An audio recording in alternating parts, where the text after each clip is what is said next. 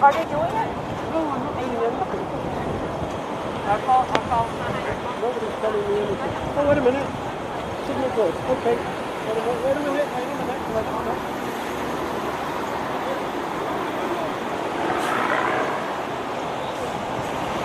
The convener of the 2047 Hong Kong Monument. Did I say it right? Okay. Come here. What? Come here. Here. Out of the shop.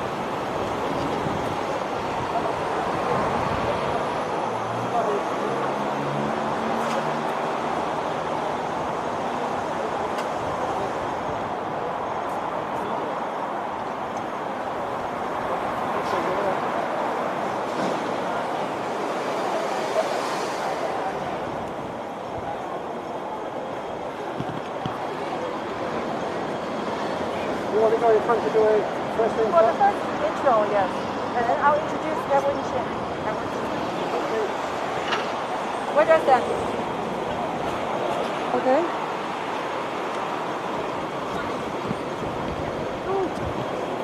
Is it? It's going. Okay.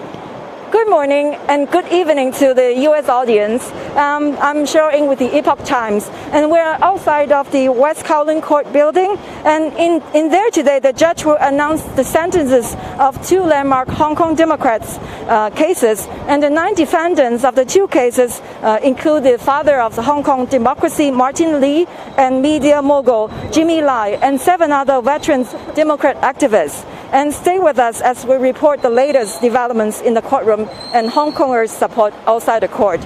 And I know some of our audience are from the U.S., so I promise that I will do the brief background briefing later on. But first, let's catch Edward Chin. He is a hedge fund manager and also the convener of the 2047 Hong Kong Monitor. So, Edward, okay. Hi. Okay, good morning. Morning. Okay, so just can you tell me why you're here today?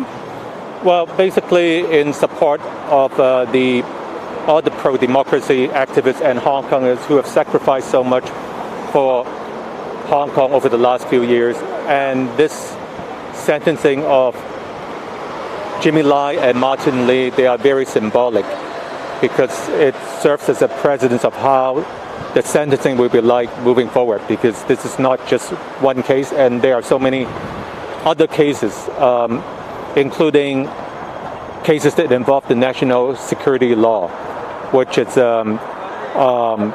even more surreal.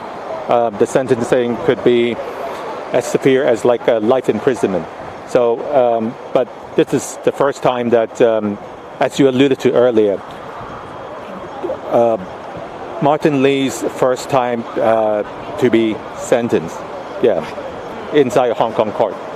And he was also formerly a Hong Kong bar chairperson, which is quite ironic. Yeah. So what do you think, if there's about the conviction and if there's the sentencing today, what does it mean to you? Well, I am not too optimistic, given the fact that even before any sentencing, the Beijing media, their mouthpiece like Tai Kung Pao or Wen Wei Bao will kind of set the stage and, develop some sort of narrative to admonish, so to speak, the judges to have so-called fair sentence on the subjects, right? So this makes Hong Kong look like China completely in less than 9 months since the enactment of the national security law. And to most people, living in Hong Kong is no different from living in China anymore, where press freedom, freedom of expression is under suppression. So it's quite surreal to see all these drastic changes. So where do you see the future of the city lie? Well, it's like what you are seeing now. It's the spirit is not there, and people get scared, and then they just use these different scare tactics to suppress the people. Just like yesterday, the so-called first day of the National Security Day, the chief of police, would announced publicly that the media, they have to pay for reporting. So this is quite ridiculous, when media is just doing their job, and then they're using these different tactics and also letting Hong Kong look more like an authoritarian China. That's basically it. So have you followed the new electoral system in Hong Kong, like the revamped? Yes, I follow it, and there's almost absolutely no chance for pro-democracy candidates to even so-called enter the gate, right? Because there's a heavy vetting process at the top. So in order to go through this heavy vetting process, you almost have to prove that you are a patriot, and they have the NSL police will get involved. For instance, they will check whether you have been to any demonstrations of sorts, and just go through all your darkest, so to speak, and dirtiest secrets, right? Of course, according to them. But in Western definition, Hong Kong people in this so-called once famed city should be protected by common law. And right now, this national security law is above all laws, which make things look very depressing now in Hong Kong. I see. So you know that the printing press of Epoch Times is being vandalized earlier in the early morning on Monday this week. And so, today is the first time that the print shop is able to print the paper now. So what do you think of it? I think we have, as Hong Kongers, we have to keep battling on, and we have to condemn those who did this act of vandalism, because it's not just Epoch Times, it's also challenging the whole Hong Kong old system. This so-called new Hong Kong enactment of whatever, NSL being one, is basically dismantling the old core values of Hong Kong. So we have to condemn those who did this vandalism act, and I hope the police will get involved in an unbiased manner, which is sometimes most people find it questionable. So how will you describe your emotion about Hong Kong, right now? Angry, sad? I guess most people feel hopeless. But even in times of desperation, we should not give up hope. And that's why you see there's a long lineup right now for people waiting for the verdict. I know it's tough for everyone. It's tough for the families of those who get convicted, or those who are just detained. And some people have been detained for months now before the trial. Yeah. So, do you plan to leave Hong Kong, or you will stay here? I think for myself, I will stay till the end. You're in Canada. I'm a Hong Konger. I'm a Canadian as well. Yeah. But at the same time, it doesn't really matter as long as you still believe that, we as Hong Kongers, or anyone who still want to defend the city, we will defend it to the last minute, unless it is not something that you can do anymore. For instance, if you are being held at gunpoint every morning, right? They break in without a search warrant and just do all sorts of crazy and evil things. And we are not too far away from that, to be honest. But so we need to be brave, and we need to have hope, and we should not give up hope. So how would you describe Hong Kong to Westerners? How do I describe? How will you describe Hong Kong to Westerners? It is a city under duress. There's unjust law that was superimposed on Hong Kong people and expatriates also living in Hong Kong, which is the NSL, right? In a normal city in a normal state. NSL, national security, there's no problem. But in a totalitarian regime, national security is used to suppress the people, to lock them up.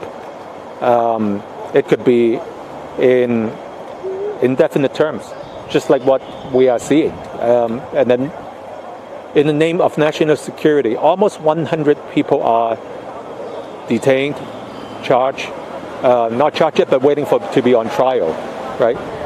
Which is quite surreal. So this is quite nonsense, honestly.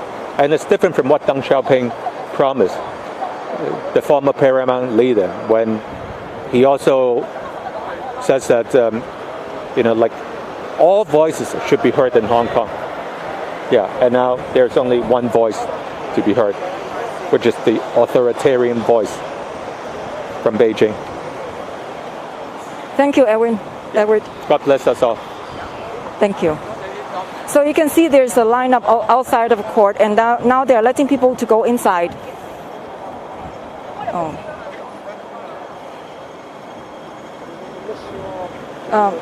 Okay, there's... That's good. Just remember, when you're talking,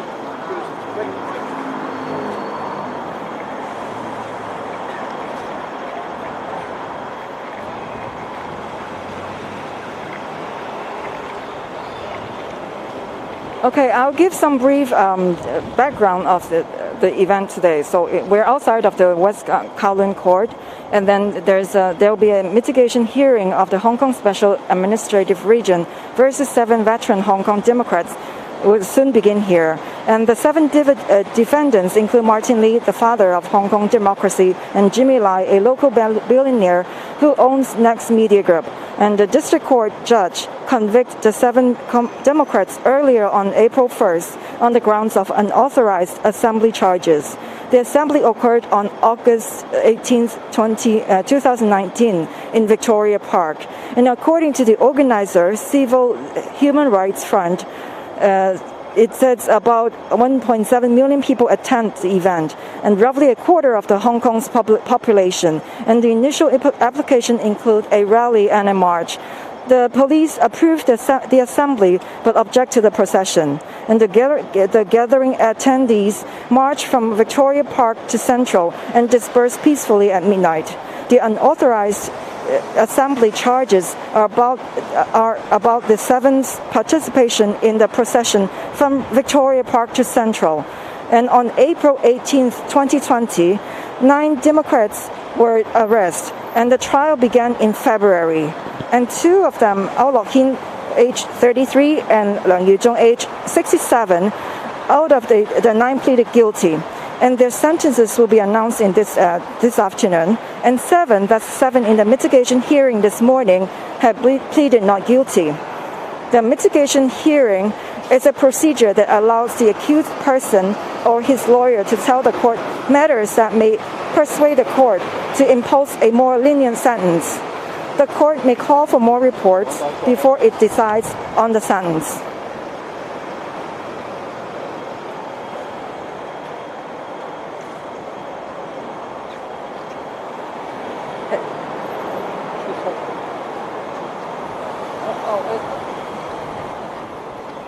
It's Adrian's.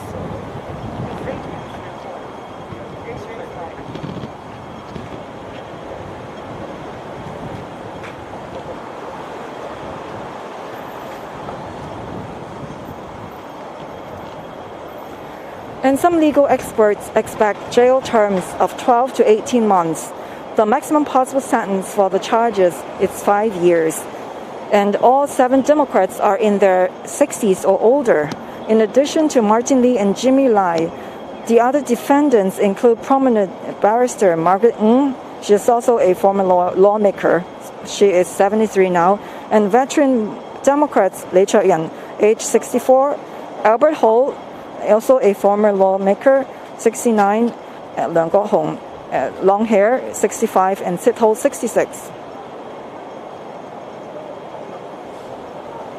And I can see, as you can see, can you There's one lady in the lineup holding a paper on her hand saying, "Free all politician prisoners, political prisoners."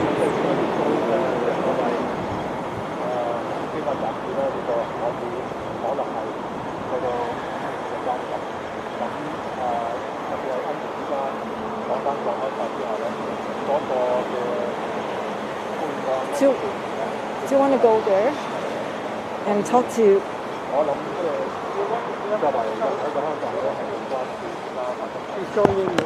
Yes.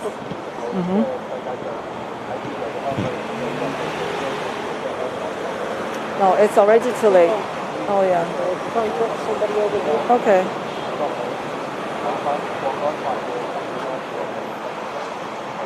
Let me go ask her and see if she can.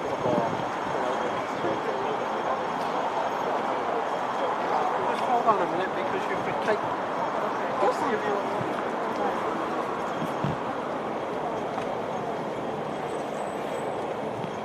Today's mitigation hearing and scheduled sentence are with the district court, and defendants may choose to appeal to the high court, and the court of final appeal is the highest court in a case can reach. And one of the defendants, Lei Yan, has said that he would appeal, and it's unclear yet whether the others would do the same, though. And we can see some foreigners also stand there, like lining up, waiting to get into the court. Yeah, I follow you.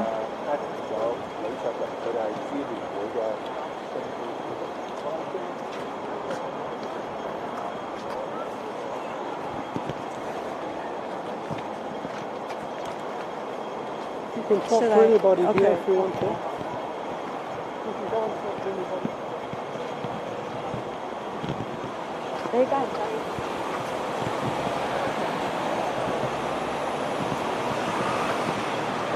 Sorry. Am I in the way? Sorry.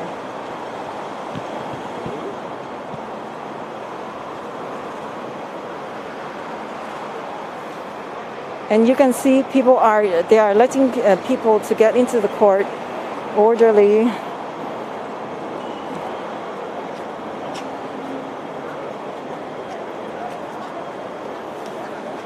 And based on the court records, today's mitigation hearing is estimated to, at 2 hours, and the presiding judge is Amanda Woodcock. And who is Amanda Woodcock? And this, like the Hong Kong Chief Executive Carrie Lam has appointed this Judge Woodcock as a designated judge for the national security law. And Woodcock presides over Tong Li Chung, the 19-year-old founder and convener of the localist student group called Student Localism, and charged for secession. And Woodcock has also judged many Hong Kong protest cases in 2019 and 2020 during the Hong Kong's anti-extradition movement.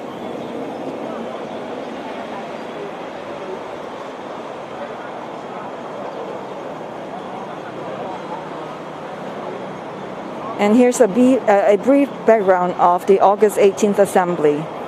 On August 18, 2019, the Civil Human Rights Front launched a rally in Victoria Park, and the group estimates a crowd of 1.7 million people. The group originally applied to the police to march from Victoria Park to Central, but the police only approved the assembly and objected to the procession. And the group announced that due to the large number of people participating in the rally would be held in a flowing style, and the police did not stop the crowd from leaving Victoria Park. People marched to Central in the rain and dispersed peacefully at midnight. And on April 18, 2020, 9 people, including Martin Lee, were arrested for organizing and participating in an unauthorized assembly. The case trial began on February 16th this year, and 2 of the defendants, Au Lok Hin and Liang Yuzhong, pleaded guilty. The remaining 7 defendants pleaded not guilty. The defense stated that the defendants led the assembly people out of Victoria Park to evacuate the assembly people safely and orderly. when the CHRF, that's the group who organized the event, had a meeting with the police in advance, it has stated that the number of people participating in the rally would exceed Victoria Park's capacity. And due to many people gathering, the MTR station near Victoria Park was packed. So the group invited some celebrities to lead the people to walk to other stations. But the judge did not accept the defense argument that the defendant lead the gathering out of Victoria Park for public safety. She stated that the route and time were the same as the parade initially applied for in the Central. The verdict cited that the defendant said, "I have the right to march with or without the approval of the police."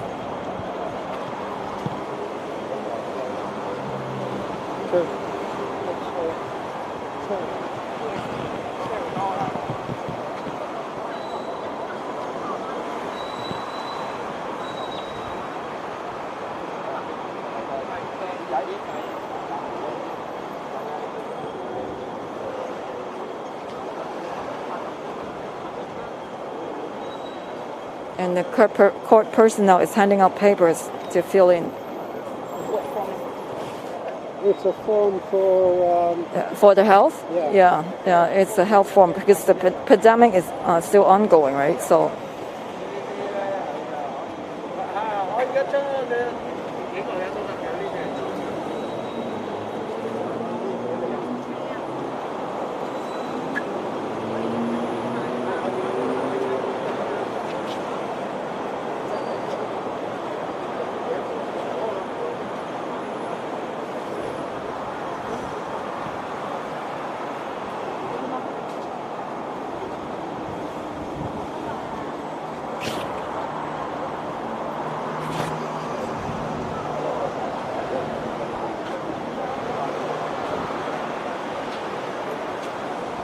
You can follow the camera.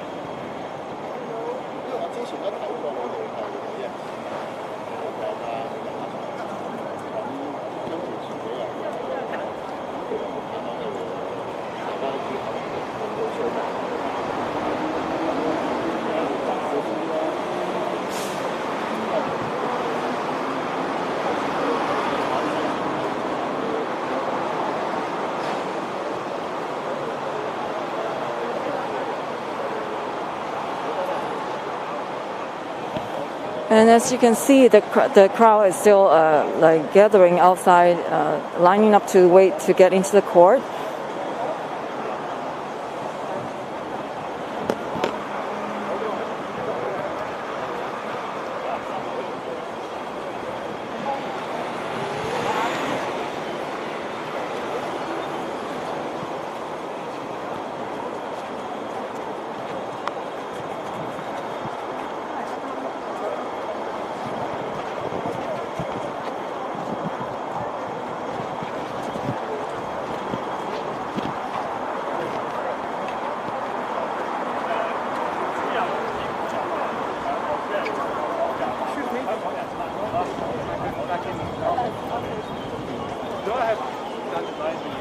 Okay.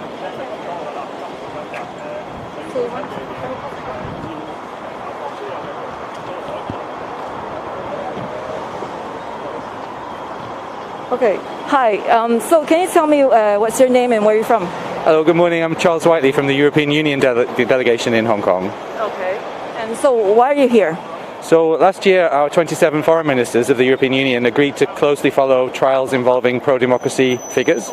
And today's, of course, a very important landmark in that respect with the sentencing of various pro-democracy figures who've been very prominent in Hong Kong.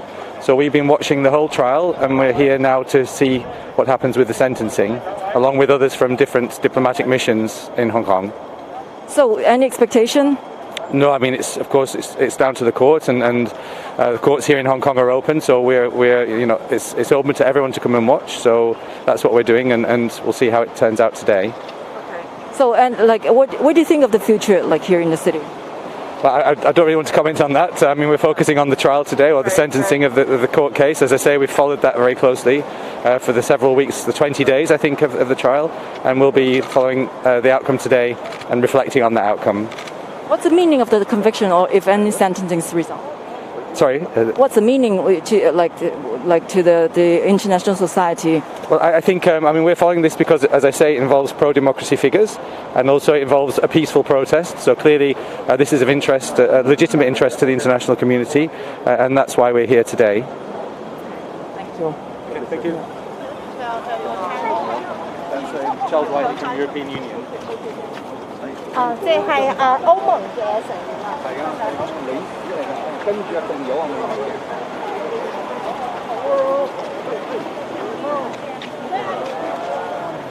我頭先諗我讀嘅。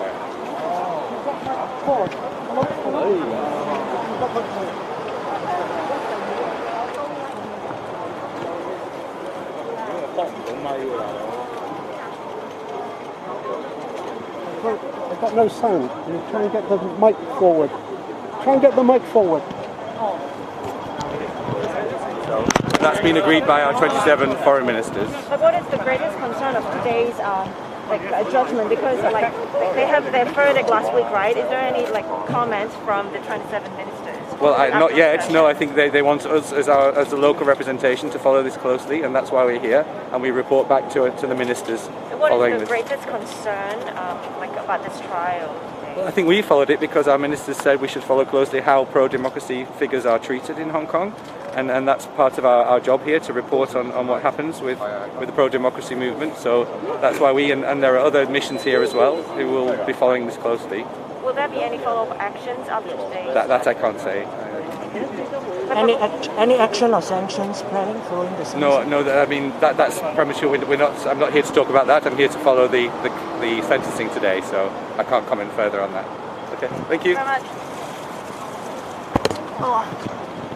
Thank you very much.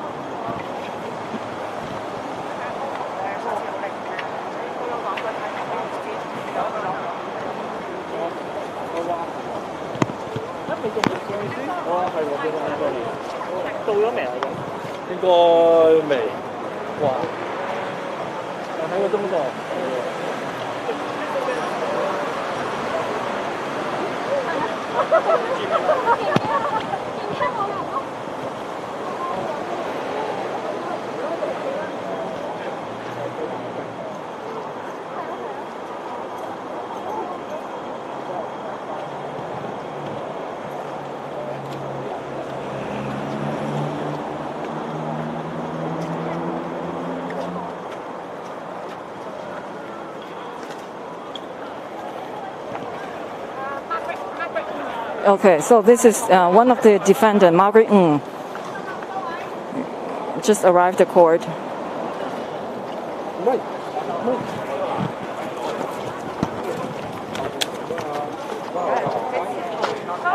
It's Sid-Ho, not Margaret Ng. 好，低少少啊。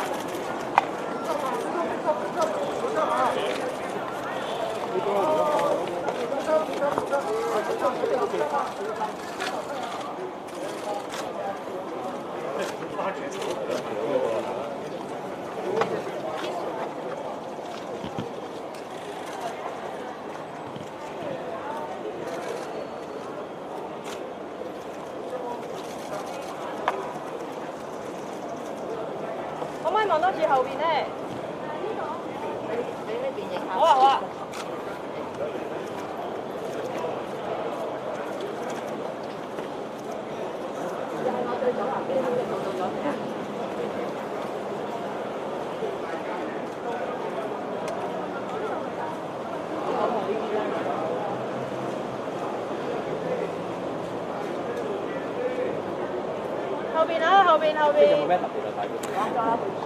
She is also one of the former lawmaker, and she has a book on her hand.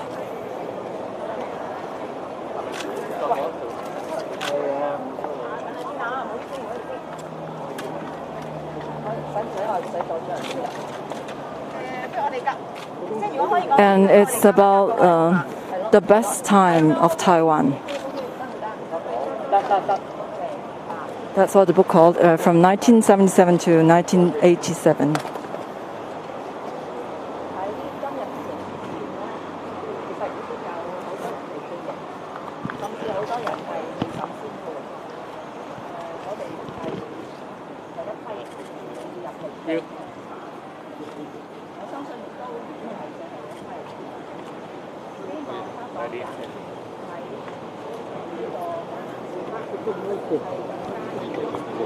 She's in Chinese. Can you translate? Don't translate.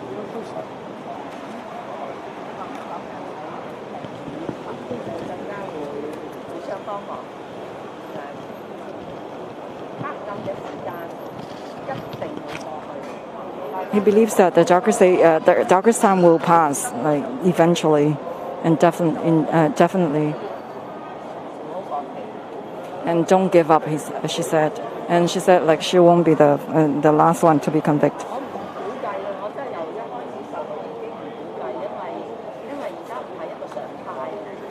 She said that it's not at normal times in Hong Kong, and so she just cannot estimate what happened, or cannot foresee what happened to her.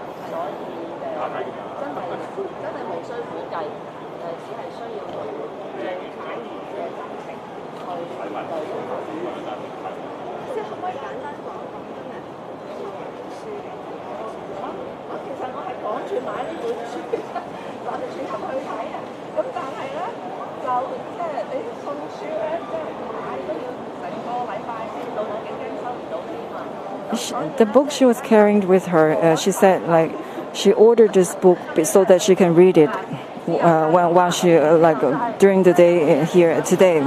And the book is about the best time in Taiwan, from the year 1977 to 1987. She said she'll do whatever she can while she can do it, finish whatever she wants to do while she still can.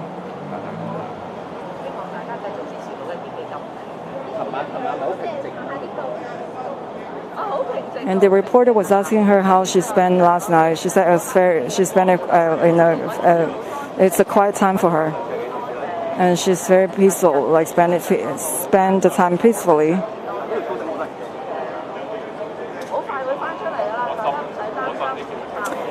She believes that she will come out very soon, and ask people not to worry for her.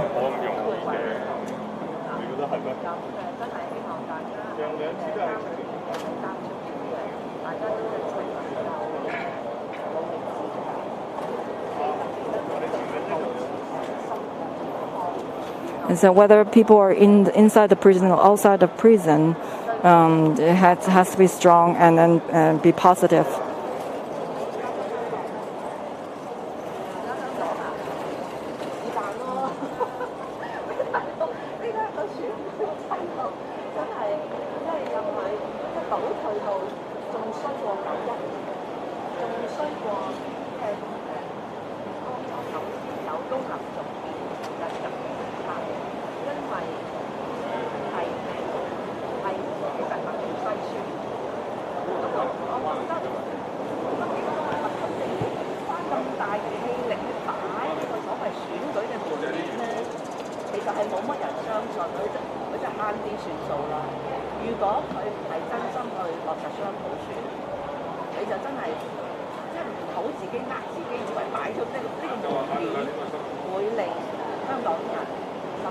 And they asked her about what she thinks about the electoral system after being revamped.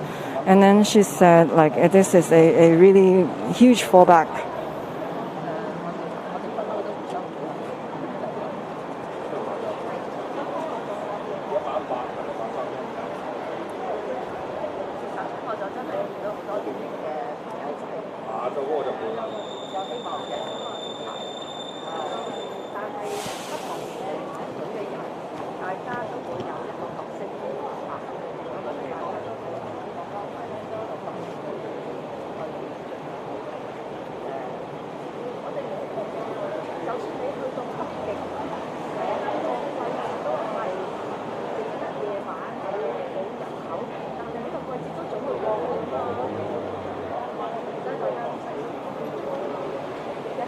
She's still encouraging people not to be disappointed, and it's the worst time will pass.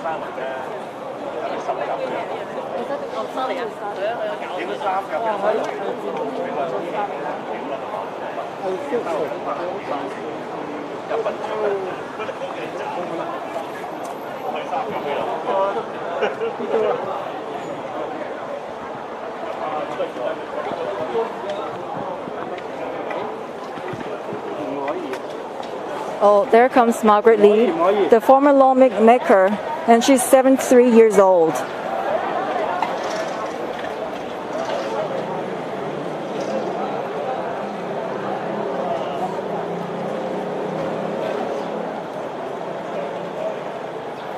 Okay, Margaret is the international society may not be familiar with Margaret Ng, as she, like Martin Lee or Jimmy Lai, Miss Ng has.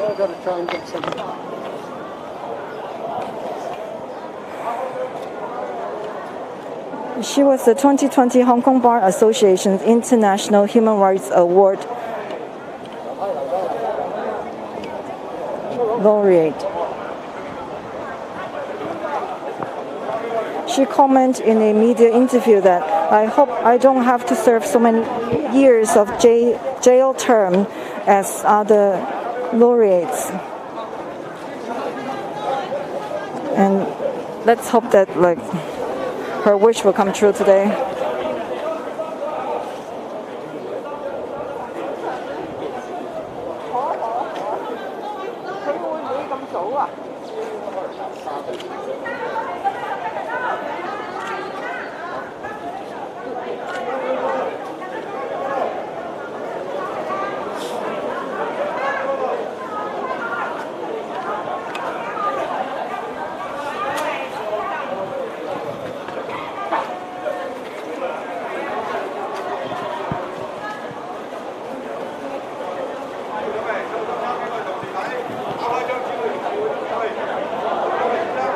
Margaret commented in a media interview that she said, "I hope I don't have to serve so many years of jail term as other laureates." And then when it became inevitable that Hong Kong was going to return to mainland China, Margaret wrote an essay titled, "Now We Stand Alone." In there she asked, when the rule of law is imperiled, are you just going to walk out or will you stand and fight?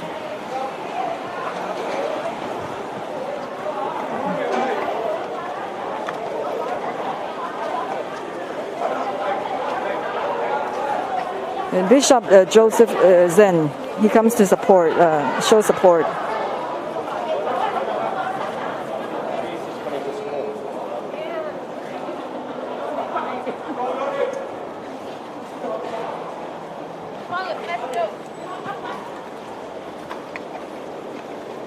Martin coming.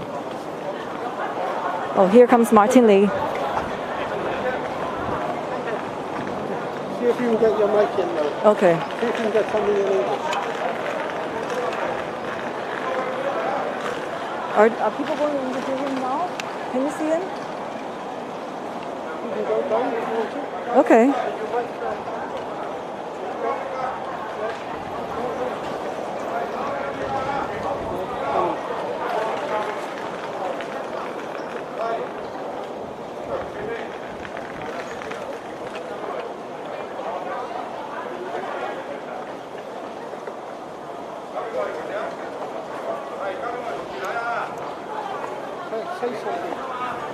Okay, Martin Lee, I think he's probably one of the oldest.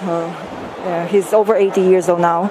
And then he is the founding chairman of the Democratic Party and is often considered the father of Hong Kong democracy.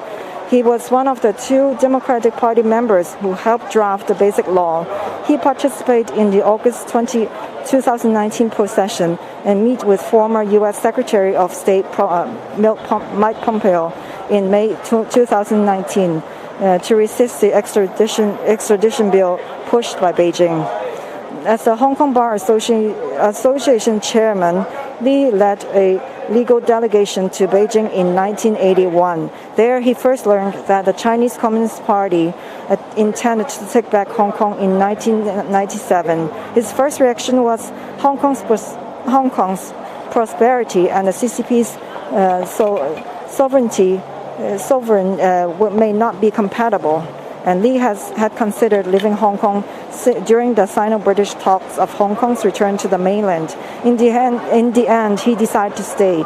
He became a member of the Legislative Council in 1985. And Lee founded the Democratic Party in 1994 and was its chairman until 2002.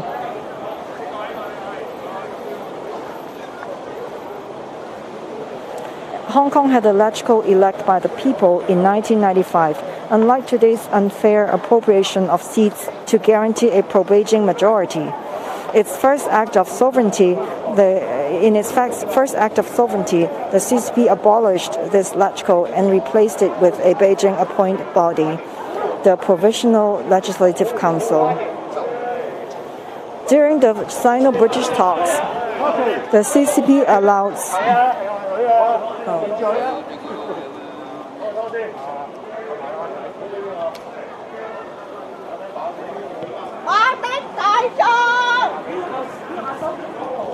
Is that Albert Hall next to him? Huh? Is that Albert Hall next to him? I don't know.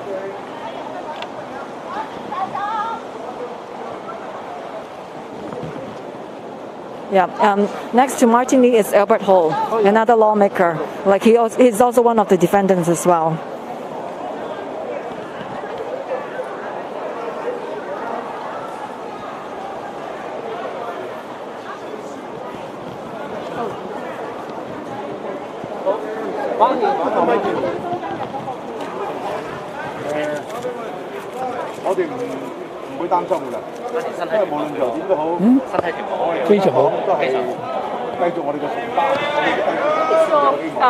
Preparation. Do you have any kind of what is your journey? What is your preparation today? Well, I'm completely relaxed. Okay. Whatever happens, I can take it. Yeah.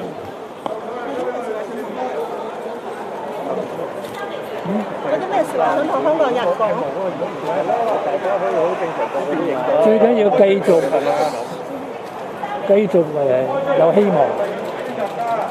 因為只要我哋有希望，所有嘢都可以成功。OK。好。人多3個人多。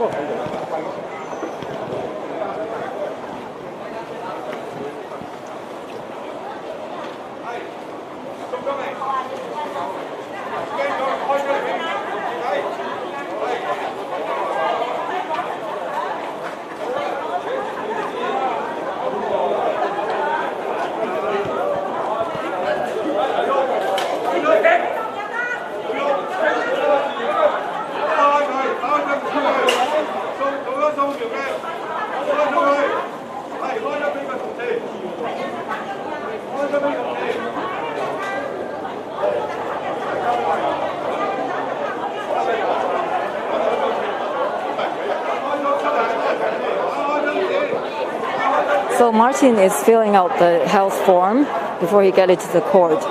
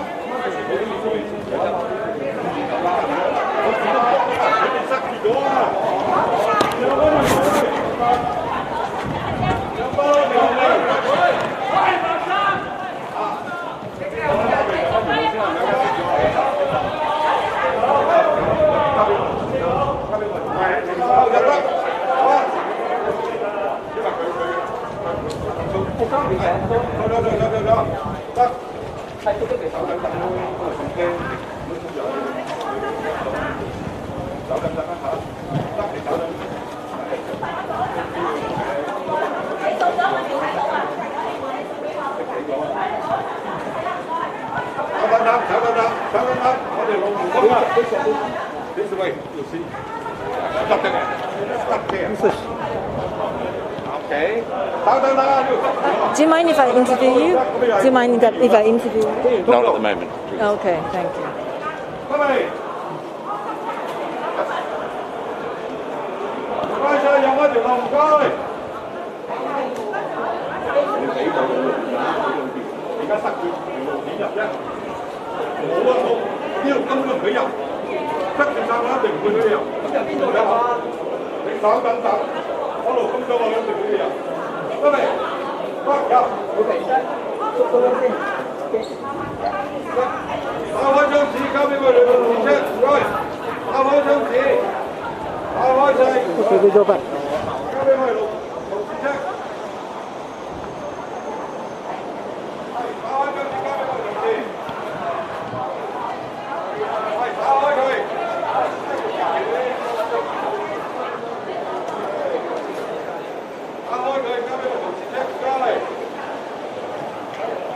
So while we're waiting here, we continue with Martin's story. During the Sino-British talks, the CCP allowed Martin's input, for example, having the Court of Final Appeal of Hong Kong in the city and employing at-large foreign judges. Martin changed his initial opinion of the incompatibility of the CCP and Hong Kong's prosperity and openly praised the drafting process of Hong Kong Basic Law before 1997. He said that the drafting work was very pleasant and that I haven't seen a country so open in its constitution drafting. Therefore, in the 80s, Hong Kongers considered him as a mild Democrat. Some believed that he was pro-Beijing. Then the Tiananmen massacre happened in 1989. The CCP military killed students in the pro-democratic movements. Lee called for international sanctions of the CCP. According to Martin's website, he was expelled from the Basic Law Drafting Committee as a result. In a BBC interview in May 2020, Lee said that Hong Kong students once asked him in tears why he would accept the Sino-British Declaration and one country, two system. He responded, "So what we don't accept it? Do we advocate for continued British governing? The UK has let us go, so we object, but we then launch a revolution?" The two governments signed a joint declaration. I couldn't think of a better solution. It's that simple. What opinions did we have? In the same interview, Lee also recalled that he raised the possibility of Hong Kong independence with the CCP officials before the Sino-British Joint Declaration's announcement and was rejected in his face.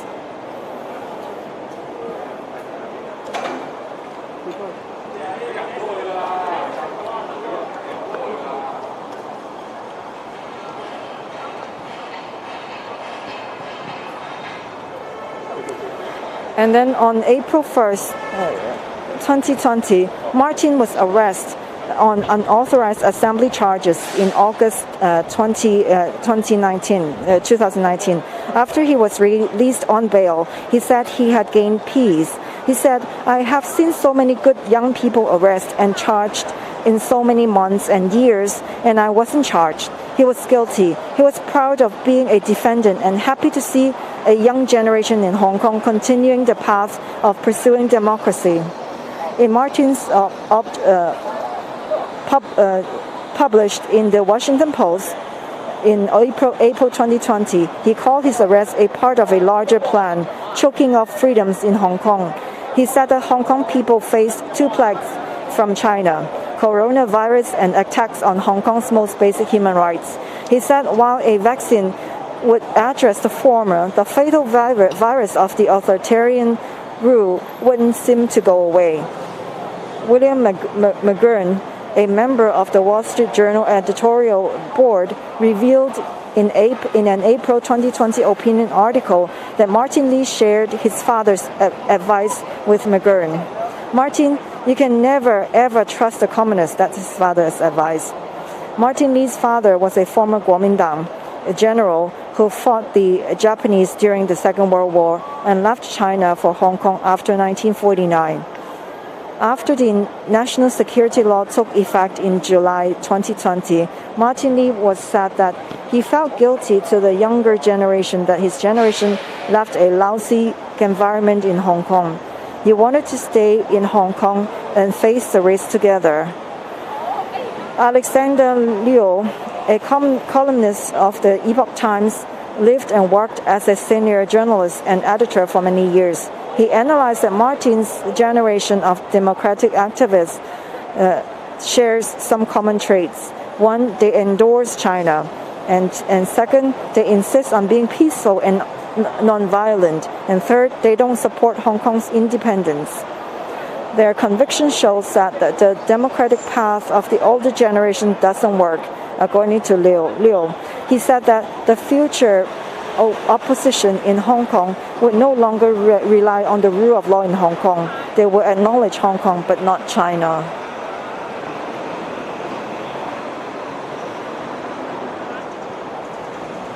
So more people come, as you can see the lineup start again.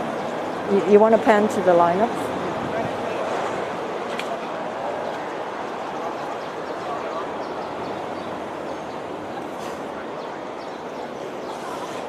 And I think there's some plainclothes here, right? You want to see pan the plainclothes?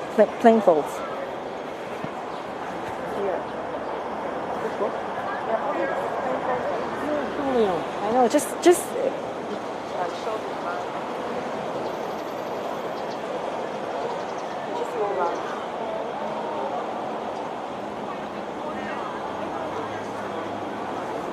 I think there's a line of police out there, outside the court, watching over the crowd.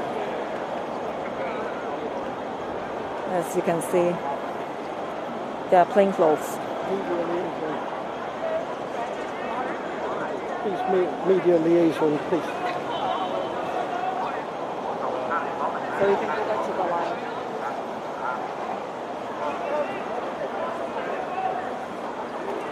I believe that the court started at 9:30. Right now it's 9 o'clock.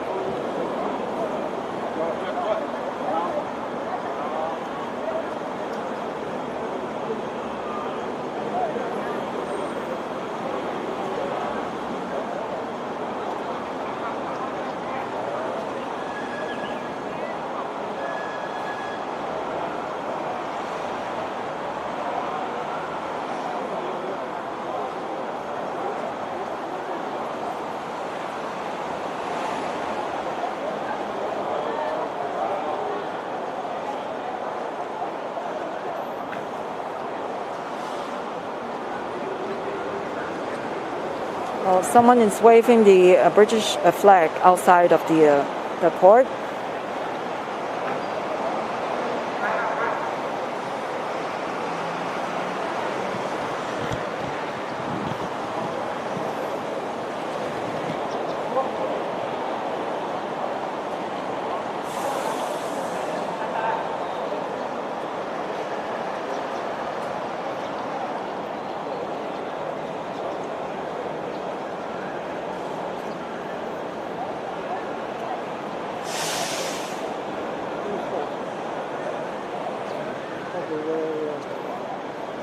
And then on her other hand, she was holding a board saying like knock down the CCP. And then the rule of law is that. And some. Of course, there's.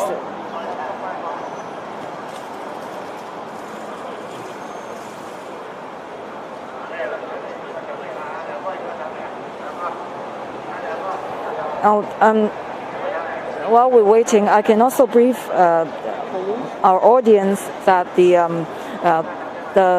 other defendant that accompanied Martin to go to the court is Albert Ho. He's a former lawmaker, and he is also a lawyer as well. Albert Ho, he's 69-year-old, and he's the former chairman of the Hong Kong Democratic Party and current vice chairman of the Hong Kong Alliance. He's also considered a representative figure of the Hong Kong Mild Democrats.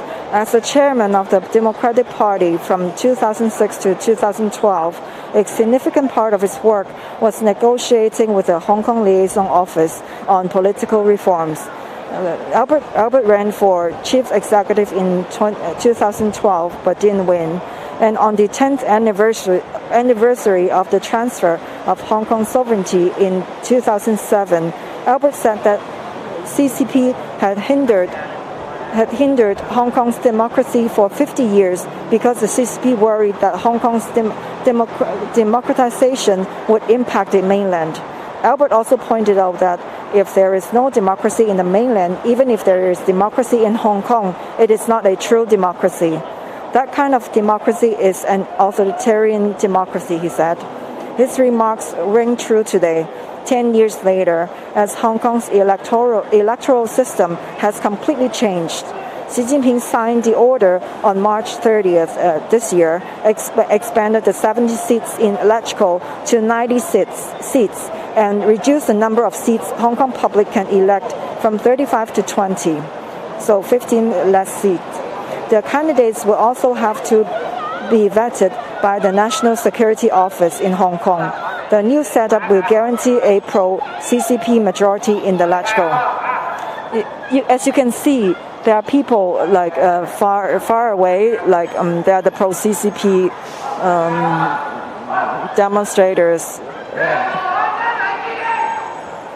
There's always the two forces, one the pro-democracy and then the pro-CCP.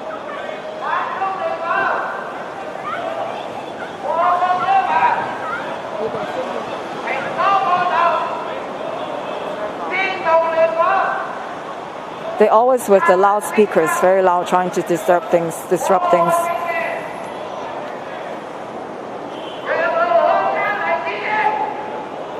And they were scolding Jimmy Lai. As you can see, their banners, and call him a traitor.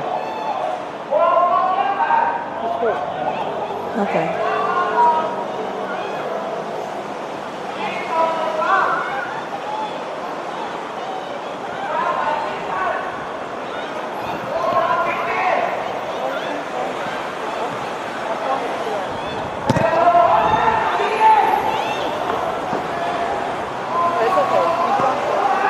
Just go in. This one.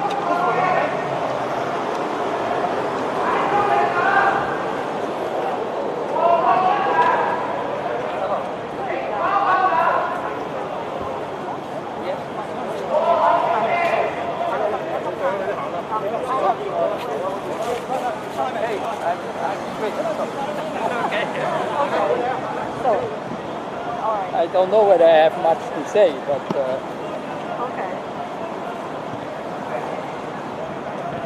So, can you tell me your name? Hans Lutz, Where are you from? Switzerland. How long have you been in Hong Kong? Over 50 years. 50 years, Oh, wow. So why are you here today? Well, I mean, two of my former colleagues and friends are in court, Young Sam and Lei Chok-yan. Wow. So, of course, I care for them and what happens to them. So what do you think of the conviction, and then if there's sentencing this afternoon, what do you think, what is the meaning of it? Well, I mean, it's the law. The government has the power and the legal means to convict them, and they have accepted to be tried. So I think that is civil disobedience. You break the law for your convictions, and I respect them for that. So what do you see the future of Hong Kong?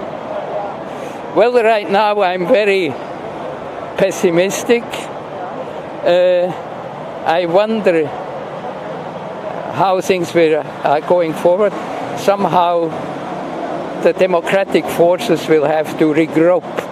But how this can be done, I think at the present time nobody knows. It's very clear that they are going to be excluded from the political process.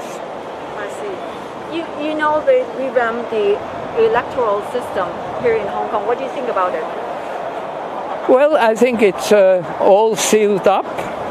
I very much wonder if anybody of the so-called opposition will be running the hurdles to try to be a candidate. I think that it's very, very high, very difficult. Yeah. So, you heard of Epoch Times that the printing shop is being vandalized, and today is the first time they start publishing the newspaper. So, what do you think of it? What newspaper? Sorry. Epoch Times. Epoch Times. Oh, Apple Time. Well, Apple Time has been a very radical critic of the government, and I think there are many people who read it. I don't particularly, but we'll see what happens to the paper now too. Yeah. I see. So what is your emotion now about like staying here in Hong Kong? Like, do you feel depressed, sad, or? I'm not optimistic, but I feel it's my duty to stand with Hong Kong people at this stage. I'm not planning to leave.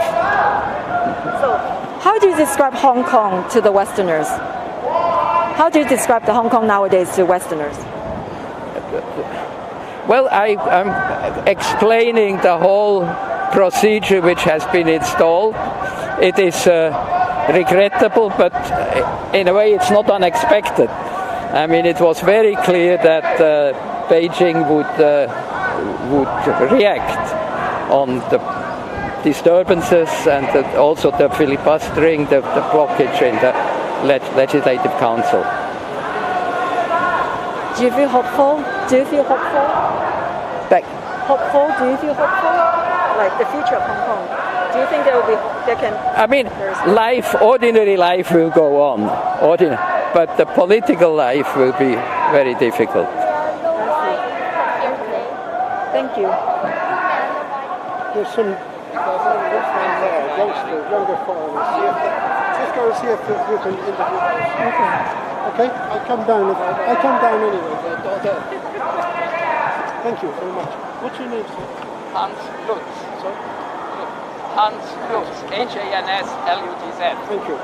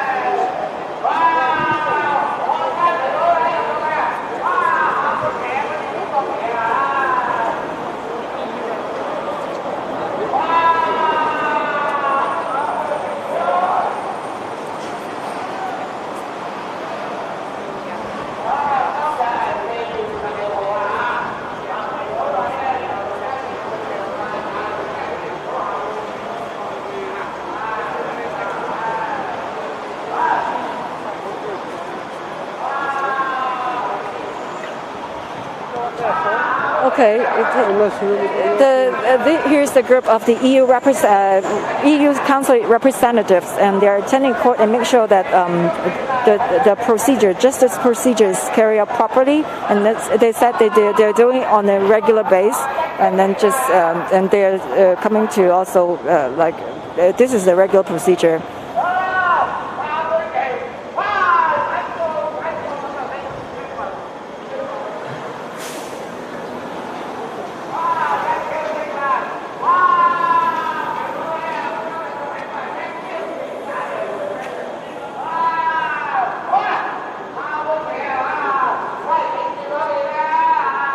He's got a card there. He's got a card.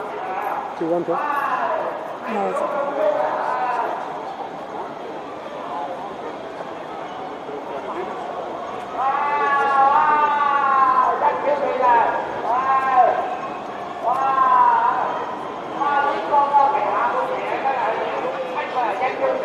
So here's a quick summary of what happened so far. A large number of Hong Kong citizens lined up outside of the West Kowloon Courts building early in the morning. I heard that the earliest they started came at 5 o'clock in the morning, and the judge is going to decide on the sentences of 2 cases of 9 veteran Hong Kong Democrats today.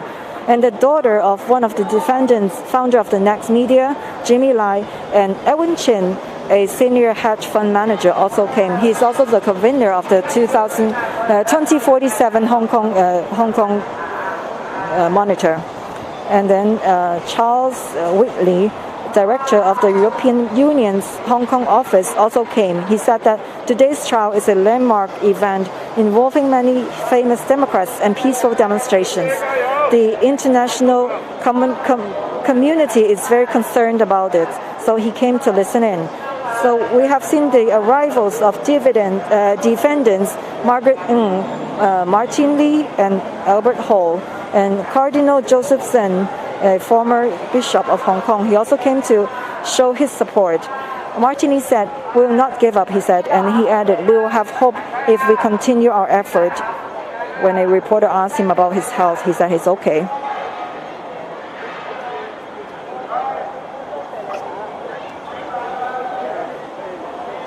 The guy is interviewing them.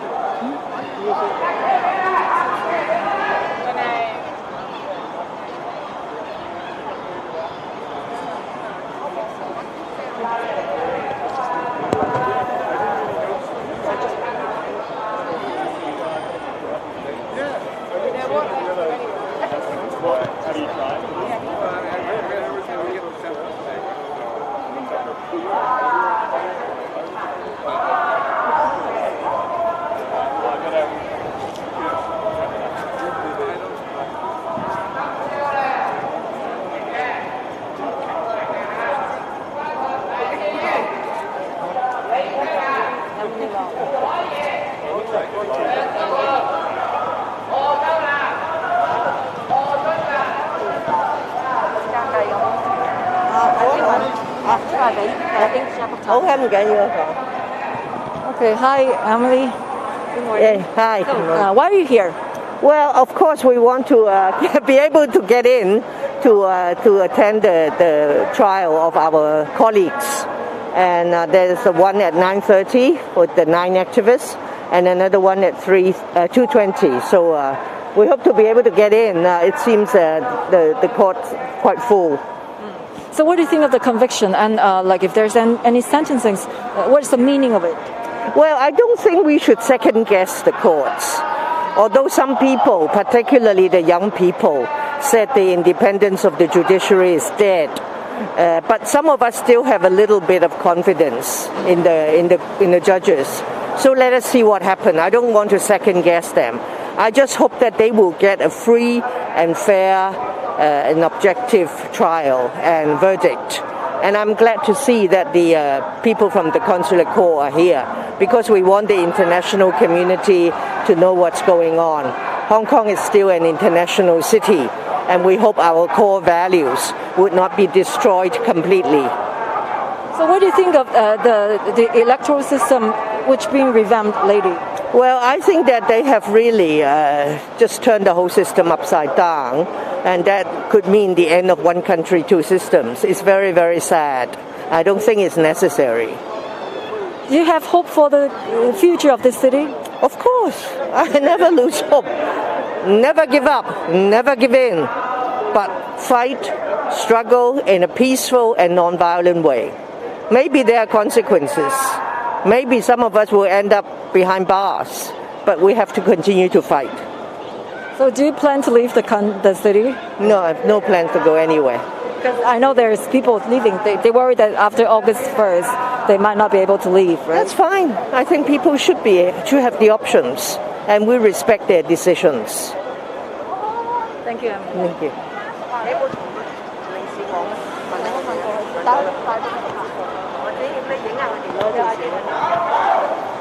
Go back down here.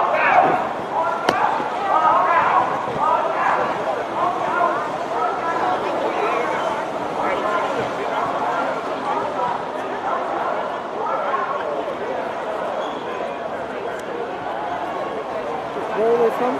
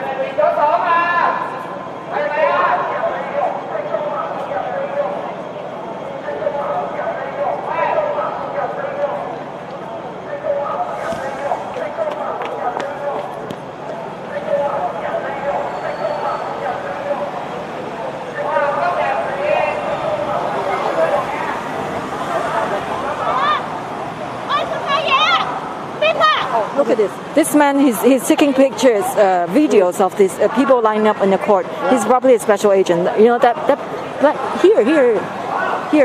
man. He's just going around the line, and then a woman yelled, stop taking the videos. He is leaving the scene now. Mm-hmm. Mm-hmm. He's going to the pro CCP camp.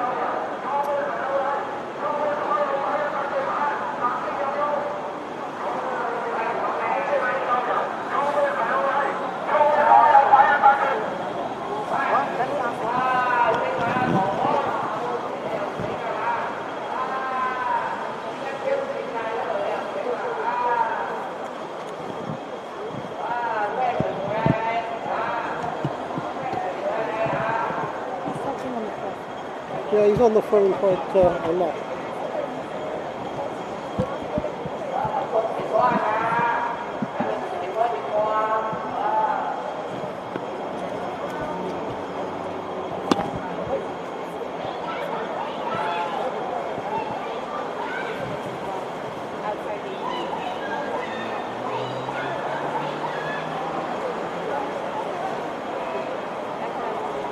Here he comes back, this guy. by going into court.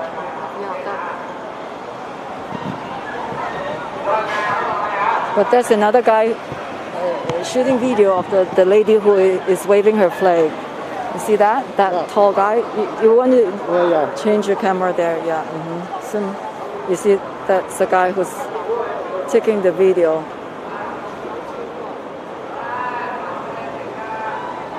But he may not be the special agent.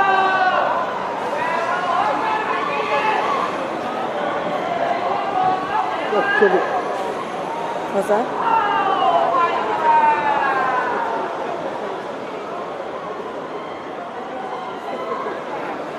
You want to go near?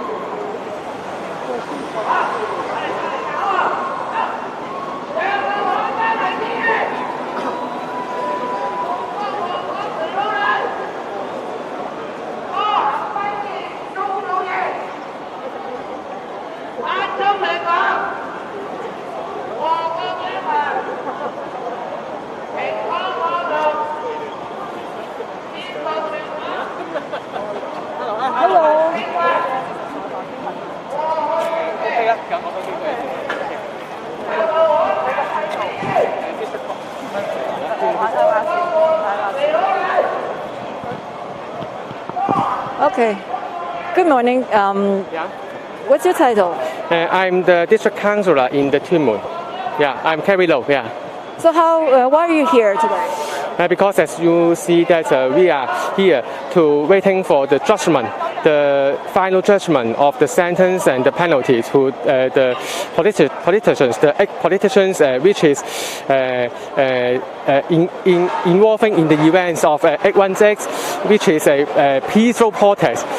We are very angry that how come today the peaceful protest or just a freedom has been completely collapsed by our government. We don't have any room to express our voice under the freedom of speech and or freedom of protest, etc. I see. So what do you think of the conviction and probably sentencing this afternoon? What's the meaning, do you think? I think this will become a very serious signal to the international that whether Hong Kong is still upholding the one country, two system, and also different kinds of freedom has been completely collapsed in Hong Kong. So the electoral system is being revamped. So what do you think of it?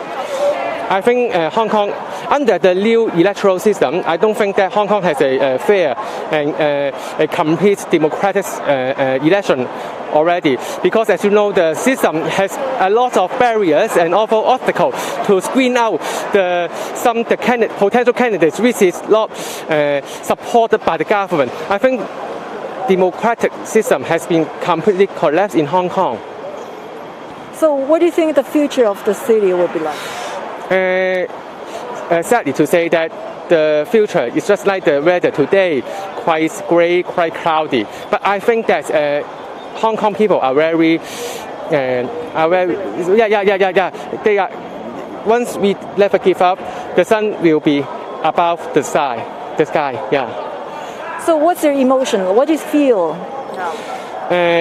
My feel is very complicated, as you know that all the politicians and also that the arrested people inside are very famous people in Hong Kong, which has been served in Hong Kong for a long time. It's a very sad thing.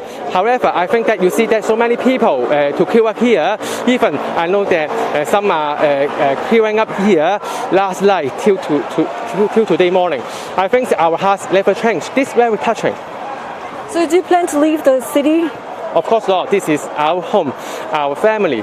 We don't live here because we still love here and want to commit more effort to serve and to save Hong Kong. You're not afraid?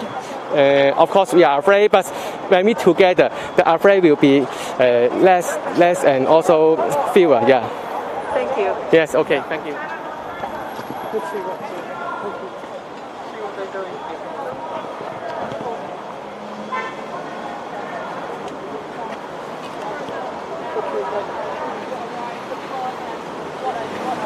What is your most concern of this case?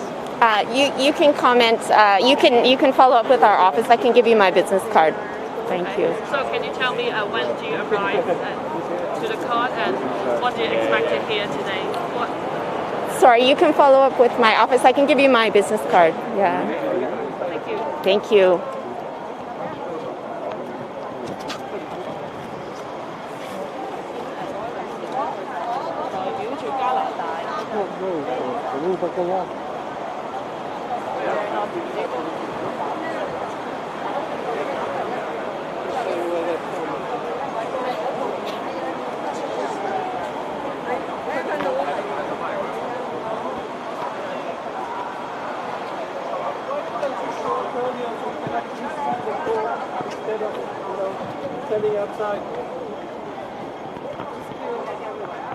Some colleagues are already inside.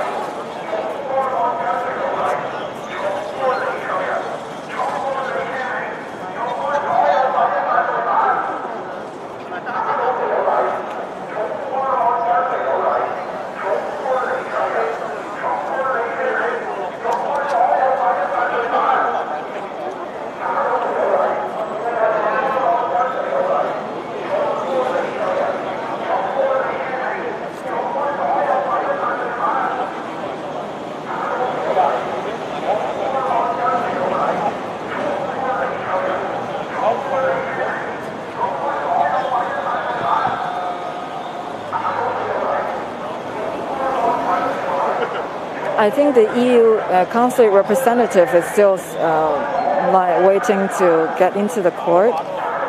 They don't want to be interviewed, but they said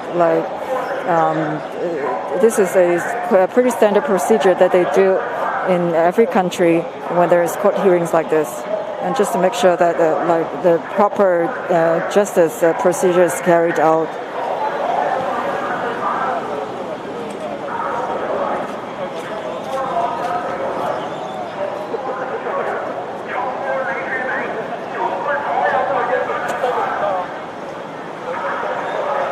Okay, they're letting more people to go inside, including Emily Lau, which we just interviewed her.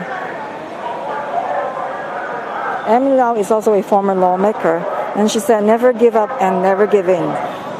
And then she was born January 21st, 1952.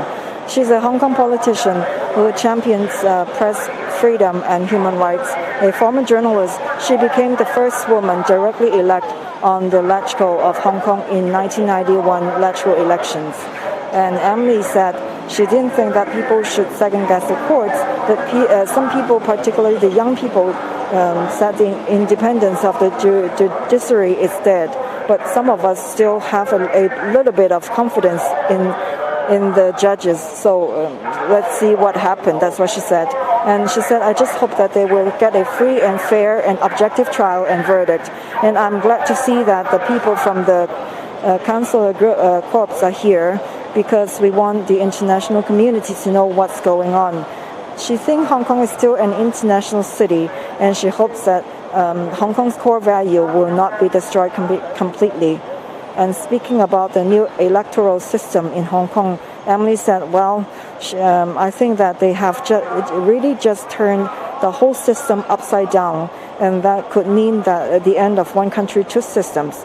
And she said it's very, very sad, and she doesn't think it's necessary. But then she said she still has hope for Hong Kong, and so she said never give up and never give in. So maybe there are consequences. Maybe some of us will end up behind bars, but we have to continue to fight. That's what she said.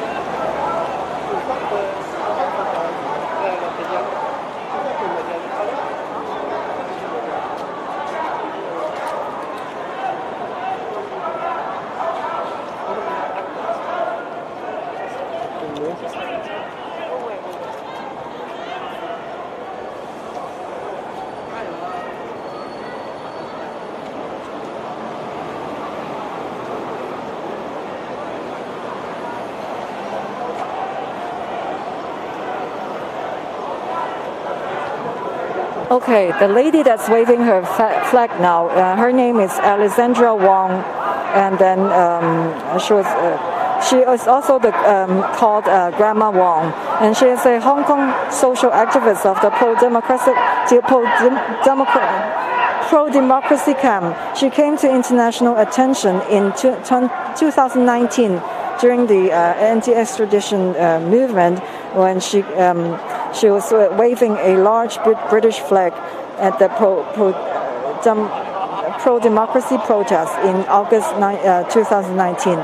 And Grandma Wong, she went missing, and then she was only heard of sporadically until she publicly resurfaced on October 17, 2020 at a press conference in Hong Kong, where she shared her ordeal of being held on the Chinese mainland for 14 months. Okay, you want to try? You want to talk to her first? Maybe you sing to it. You sing to it. Go up there.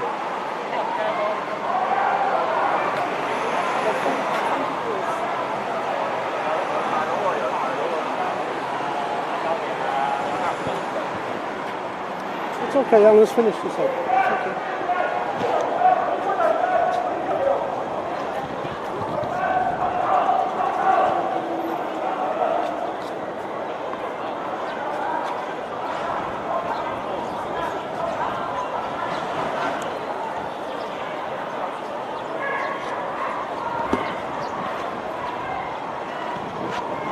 Okay, now we're going to interview Grandma Wong. And so can you tell me what's your name? I'm Alessandra Wong, Grandma Wong. Yeah. You're from Hong Kong? Yeah, I was born in Hong Kong.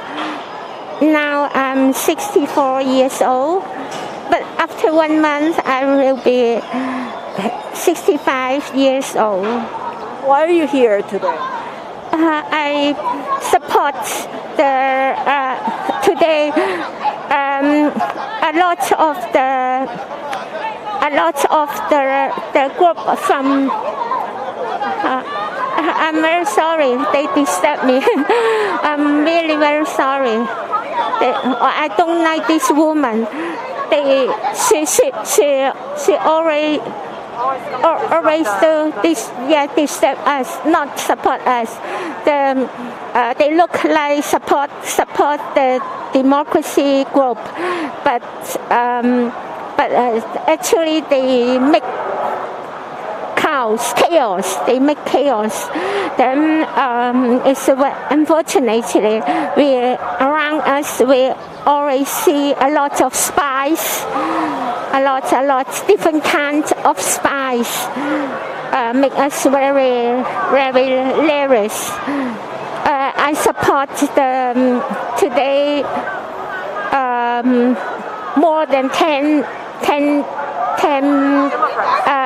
politicians of democracy were they must face the court today.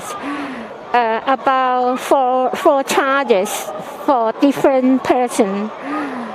Unfortunately, today is really very, very make us frightened.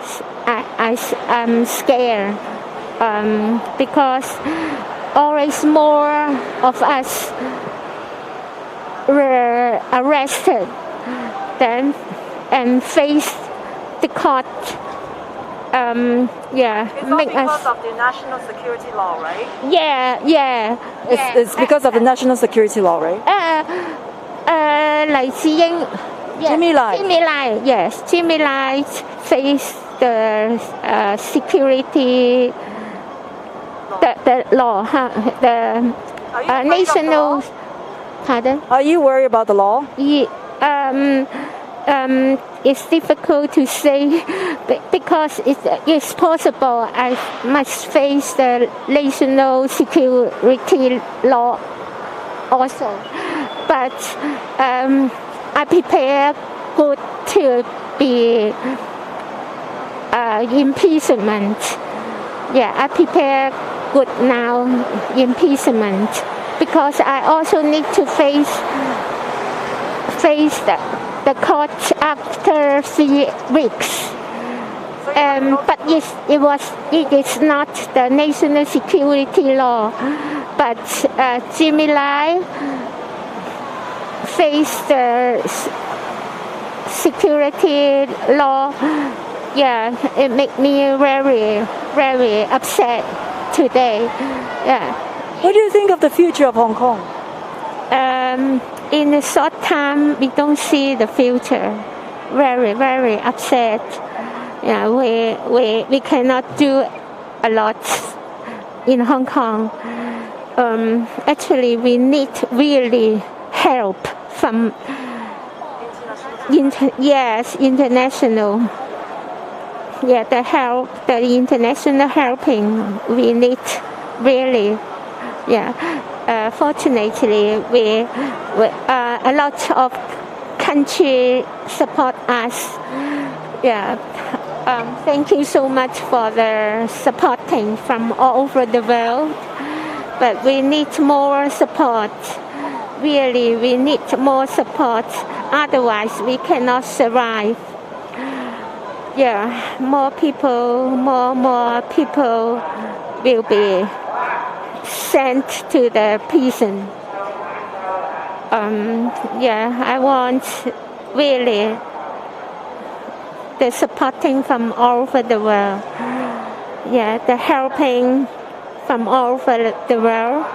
We really need it. Yeah. Our patient is always healthier and healthier. Always healthier and healthier. To make us, for example, for me, my health is very bad now because of the always more people,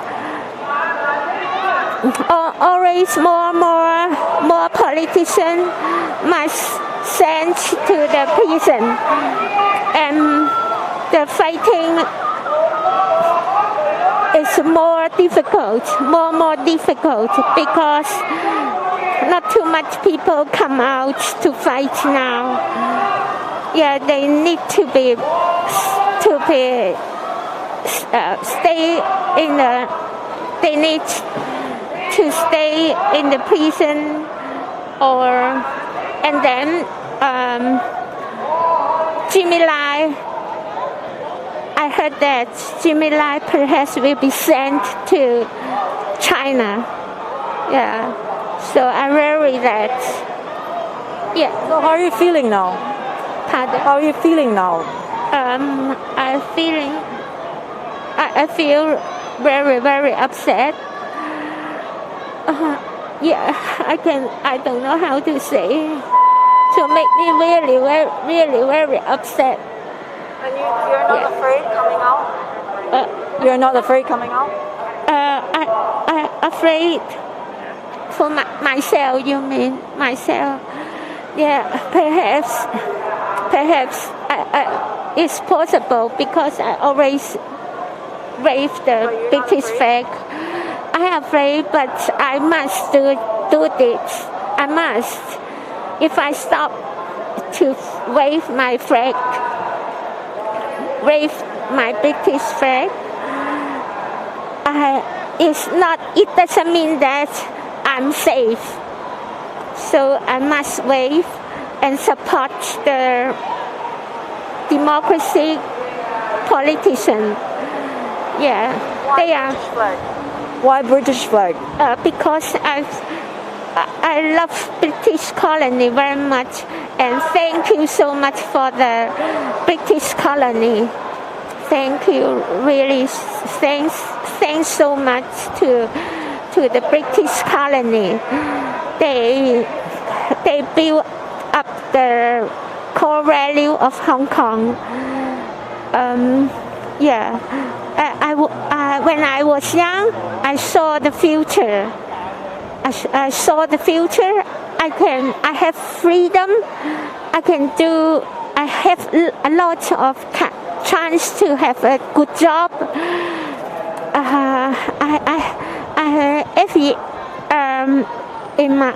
When I was young, I can save money to do what I want, to go out to learn in Austria, and my friends, really everybody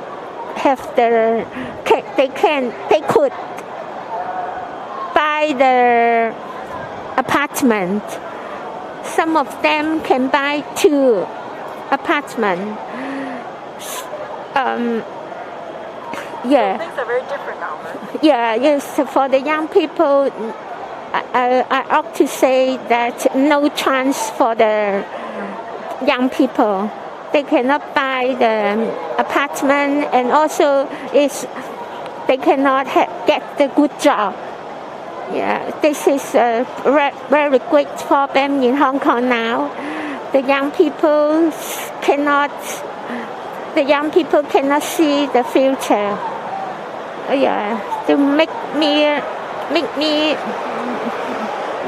very angry to our Hong Kong government and Chinese central government.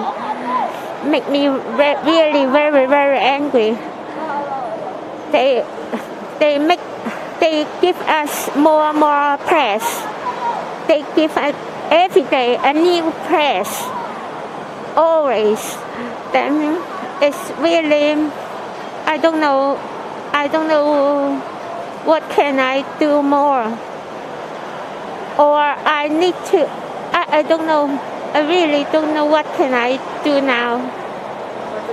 But yeah, anyway, I will go on to wave my British flag until I am arrested again. Yeah. I know that I will be arrested again one more time or one more time, I don't know.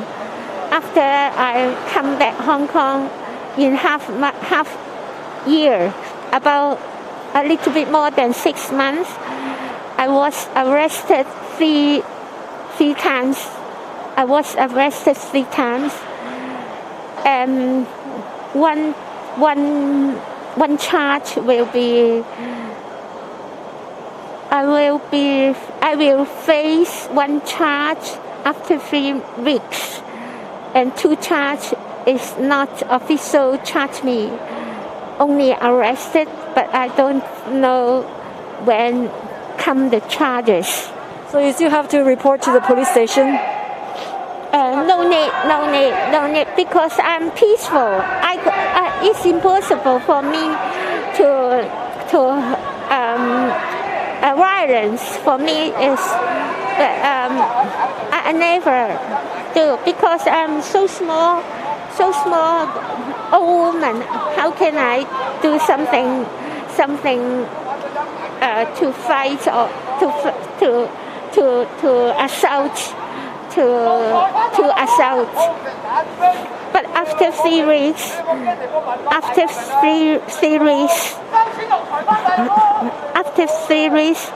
I face the charge is common assault to the common assault to the police to the security guard in High Court, the ground floor, by the security check. How? It was the charge. It happened before 2 years ago, but now they take the charge again. Take out the charge again, and then officially charge me. Yeah, it's terrible. This I didn't do anything to the police, to the security guard, because at that time about 20 security guards there, and also 2 policemen. How can I was alone. I was alone at that day. How can I assault the security guards? Yeah, now I face the common assault. Yeah, come. In 3 weeks, right? You go to the court in 3 weeks, right? After 3 weeks. Yeah. In 3 weeks. Thank you so much. Thank you for your interview. Thank you.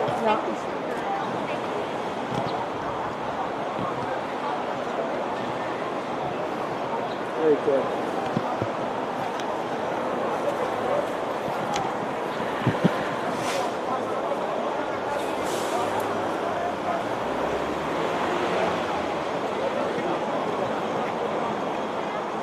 So the mitigation hearing just began around local time 9:45.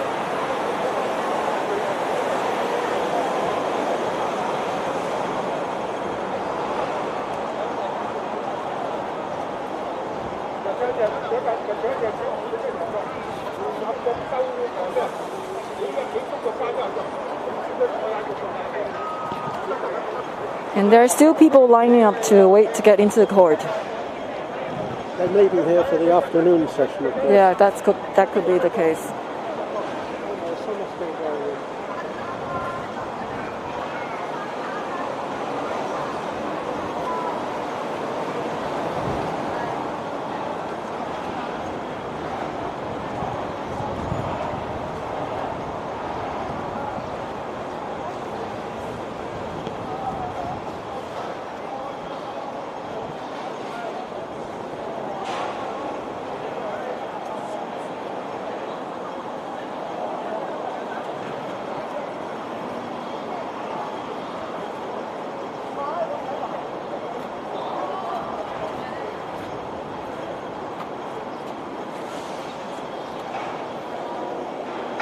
And a recap of an interview done earlier. It's with the Tuen Mun District Councillor Kerry Low outside of the court.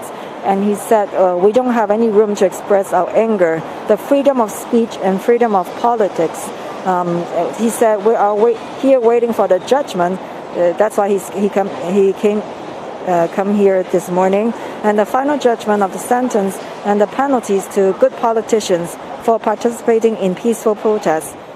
We are very angry at that, he said. How come today the peaceful protests on freedom have been completely disrupted by our government? We don't have any room to express our anger, the freedom of speech and freedom of politics.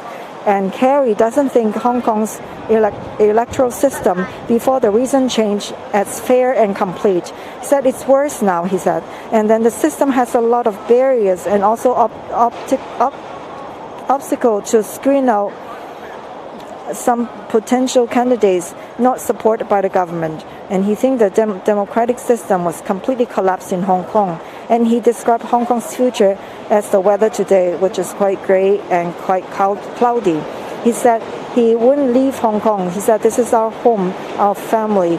We don't leave here because we stand up here and want to commit more to serve and save Hong Kong. To serving and saving Hong Kong.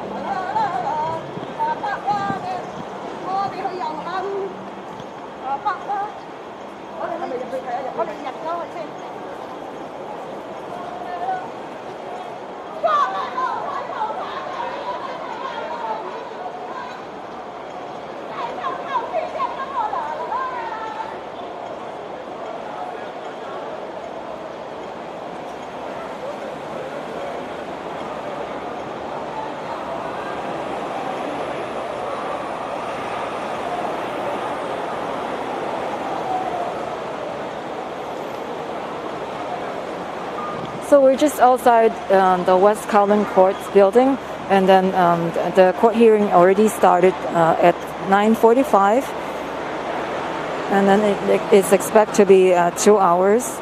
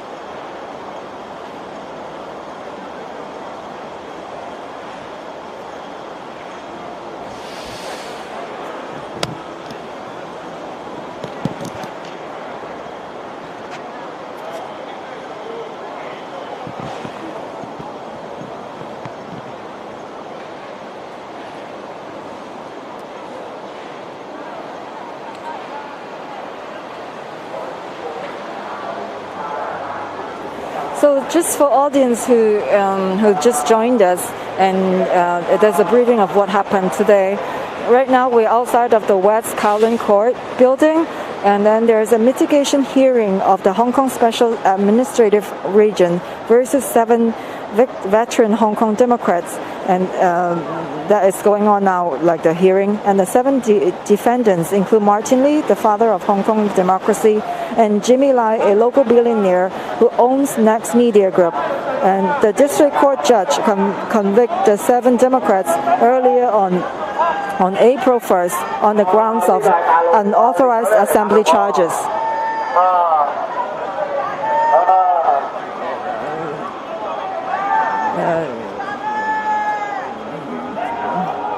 They were shouting, they were yelling at the people who, like the pro-CCP group, they are leaving the scene, and then these people supporting democracies are yelling at them, asking them to go back to China.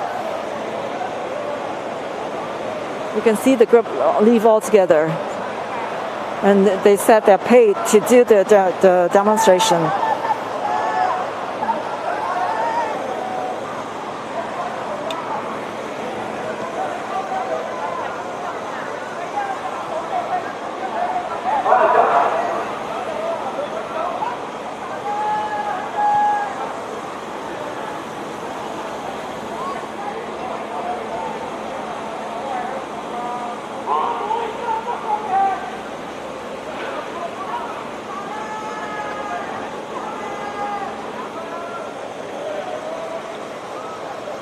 And you can see they are in some kind of confrontation, I think.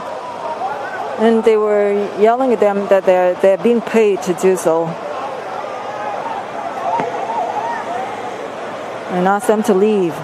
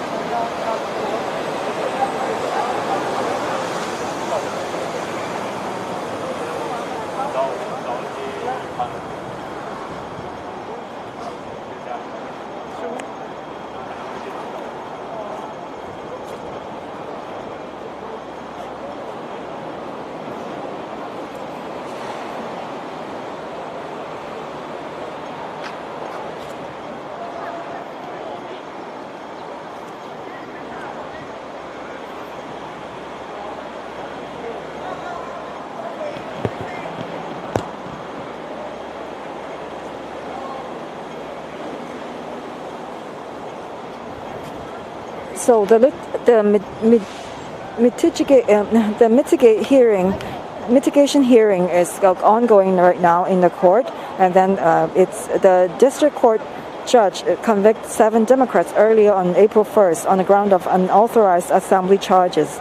And the assembly occurred on August 18, 2019 in Victoria Park, which is on the Hong Kong island. According to the organizer, Civil Human Rights Front estimate about 1.7 million people attended the event, and it's roughly about a quarter of the Hong Kong's population.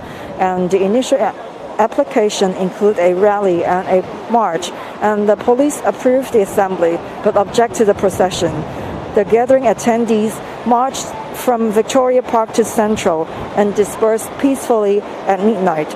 The unauthorized assembly charges are about the 7's participation in the procession from Victoria Park to Central.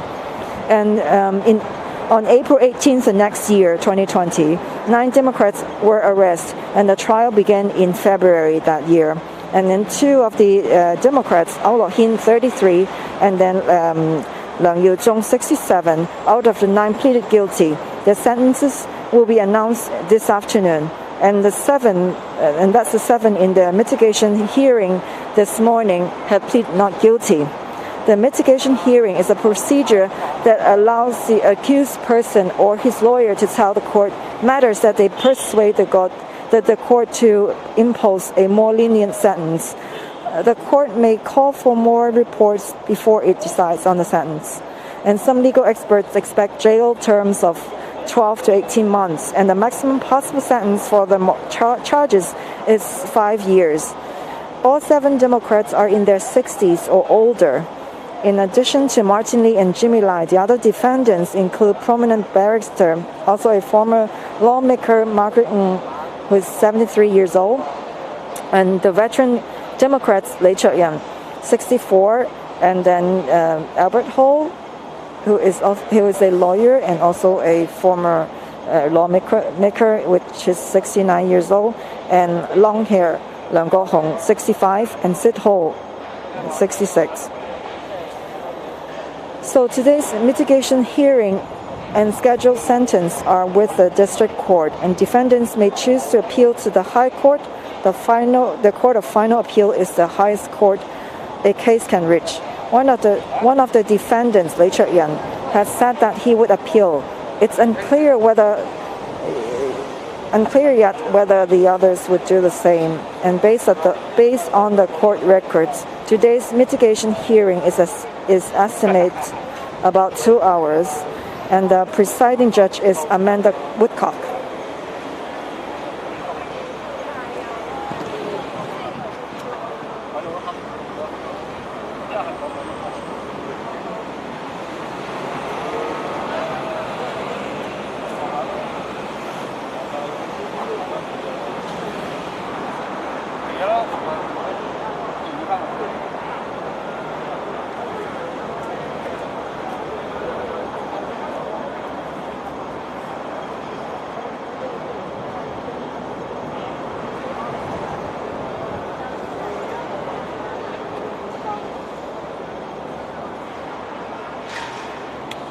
And about the judge, Amanda Woodcock, Hong Kong Chief Executive Carrie Lam has appointed Judge Woodcock as a designated judge for the national security law. And Woodcock presides over Tony Chung, which is a 19-year-old founder and convener of the localist student group called Student Localism, charged for secession. And Woodcock has also judged many Hong Kong protest cases in 2019 and 2020 during the Hong Kong's anti-extradition movement. Some details about the August 18th assembly. So on August 18th, 2019, the Civil Human Rights Front launched a rally in Victoria Park, and the group estimates a crowd of 1.7 million people. The group originally applied to the police to march from Victoria Park to Central, but the police only approved the assembly and object to the procession. And the group announced that due to the large number of people participating in the rally would be held in a flowing style. The police did not stop the crowd from leaving Victoria Park, and people marched from Central in the rain and dispersed peacefully at midnight. And on April 18th next year, 9 people, including Martin Lee, were arrested for organizing and participating in an unauthorized assembly. The case trial began on February 16th this year, and 2 of the defendants, Au Lok Hin and Leung Yu-zhong, pleaded guilty. The remaining 7 defendants plead not guilty. The defense stated that the defendants led the assembly people out of Victoria Park to evacuate the assembly people safely and orderly. When the CHRF had a meeting with the police in advance, it has said that the number of people participating in the rally would exceed Victoria Park's capacity. And due to many people gathering, the MTR station near Victoria Park was packed. So the organizer invited some celebrities to lead the people to walk to other stations. But the judge did not accept the defense argument that the defendant led the gathering out of Victoria Park for public safety. She stated that the route and time were the same as the parade initially applied for in Central. The verdict cited that the defendant said, "I have the right to march with or without the approval of the police."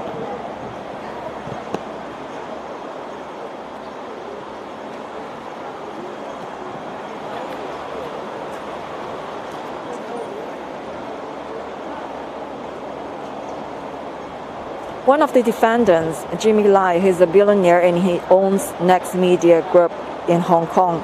And here's some of his story. So on April 3rd, this year, Jimmy Lai, who is in custody now, he's denied bail and he's pending for trial under the national security law. But he wrote he handwrote a letter to his employees, and he wrote in the letter that told his staff to stand tall. And he said the era is falling apart before us, and it is the time for us to stand tall. He has also told the journalists to be careful now that practicing freedom of speech has become a dangerous job. And today's mitigation hearing addresses 2 of his charges. One is organizing an unauthorized assembly, and the other is knowingly take part in an unauthorized assembly. He has also been charged with colluding with foreign forces, and his national security trial is still pending. And Lai was first arrested on August 10, 2020, which is last year, under national security law charges. And on the same day, about 200 policemen visit Apple Daily, searched its office for hours, and took away over 30 boxes of materials. Lai was later released on bail. On December 3rd, the same year, he was arrested again and has been detained ever since. He was one of the first Hong Kong residents charged under the national security law. He was on bail for a short time, but the High Court denied his bail. Lai was born in Guangzhou and swam to Hong Kong at 12 years old when he had only Hong Kong dollar with him when he arrived, and he found a retail clothing brand called Giordano, trendy in the 80s. During the 1989 student democracy movement, Lai's Giordano shop donated 200,000 T-shirts to Hong Kongers to support their protests, and because of this, Giordano faced retaliation in the mainland business. And Lai then relinquished his shares in Giordano and found a media group. He often said, "I wouldn't have entered the media industry if it were not for the 1989 student democracy movement." He said he realized that media could help push for China's development. He wanted to be a part of a more free and democratic China by involving in media. In February 2019, the Hong Kong Chief Executive Carrie Lam proposed the extradition bill, allowing Hong Kongers to be extradited to mainland China. The extradition bill sparked the latest wave of protests of millions of Hong Kongers and sustained through 2019 and 2020 until the pandemic broke out. And Lai often joined these protests. He also traveled to Washington and met with former U.S. Vice President Mike Pence and Secretary of State Mike Pompeo in July 2019 to advocate for freedom and democracy in Hong Kong.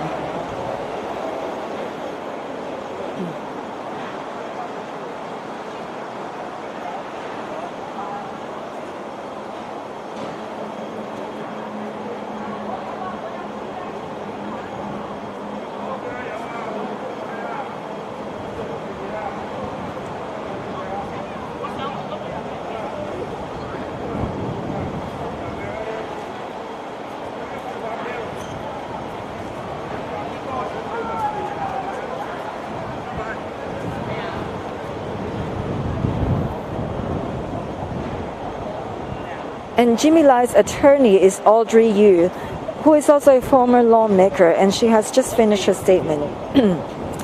Yu said that the case of the unauthorized assembly on August 18, 2019 was different than an illegal assembly. She said there was no unlawful entrance of any venues, and Lai was just walking in the procession. He didn't speak or play a leading role. You also state that the police didn't intervene that day, showing that the assembly was very peaceful, without even the need for the police to maintain order. She pleaded with the judge to rule a punishment without prison terms. Even if the judge decides on prison terms, you ask for a delay in implementing the prison terms because the August 18th and August 31st events were so close to each other, and that Lai didn't receive any warnings from the police, and Lai didn't repeat offenses during bail. So you hope that the judge would decide on both cases together.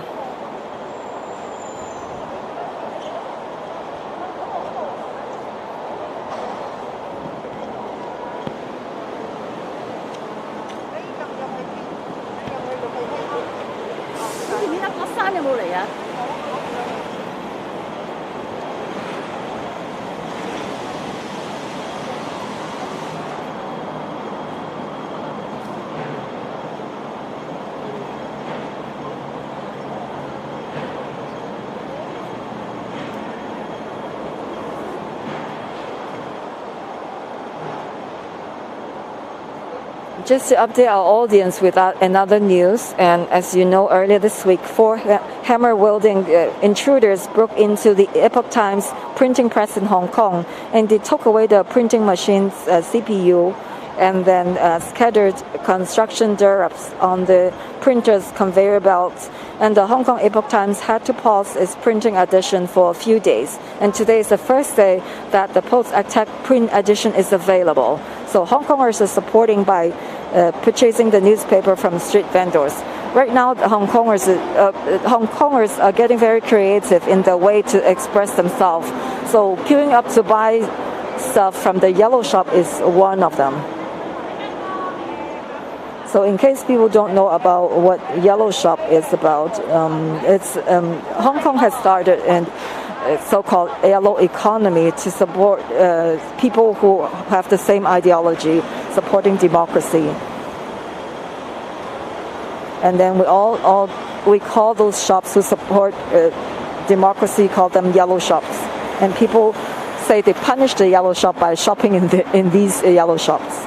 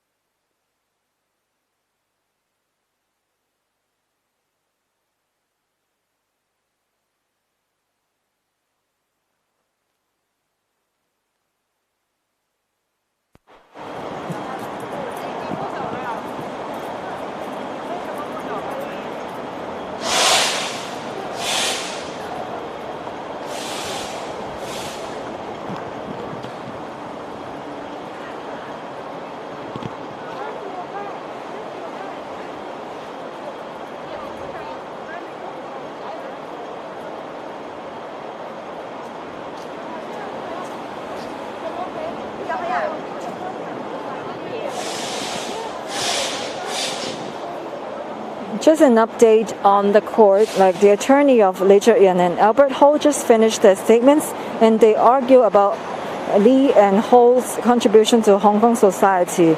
And now it's turn for Margaret Ng, who the barrister, and then she said she will make statement on her own behalf, and the judge approved it.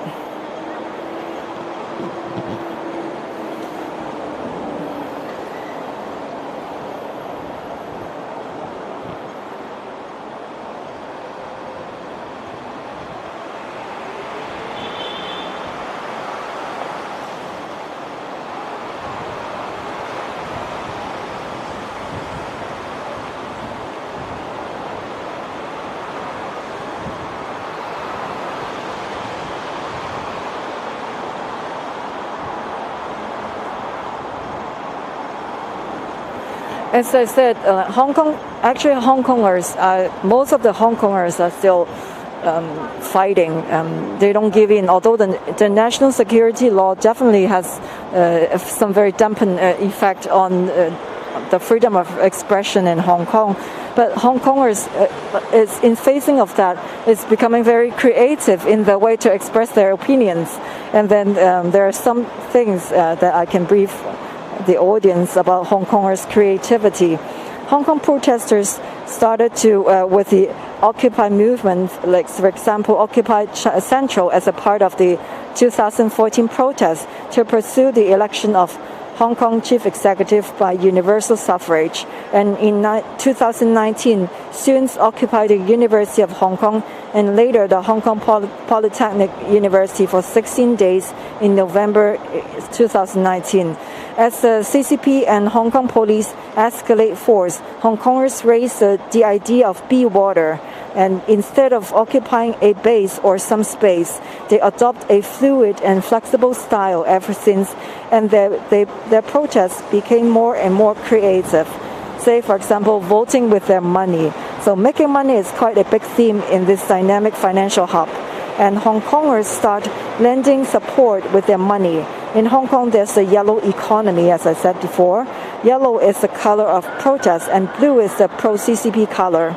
So the yellow shops or businesses that help protesters or support freedom in Hong Kong are known to have been retaliated by the government. And the most recent case is the Apple Thai department store. It's a chain store and it's a yellow store. The owner, Mike Lam, is one of the 47 Democrats that's charged in association with the Democratic primary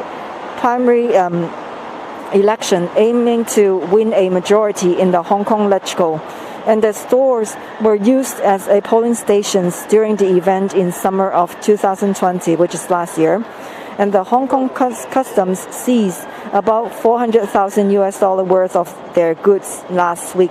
And many Hong Kongers shopped in the chain stores, 25 locations, and formed long lines stretching outside the store upon learning the news. So this is what they call to punish the shop. Actually, it's by supporting it, you know. And then another way the Hong Kongers would do is the flowing style.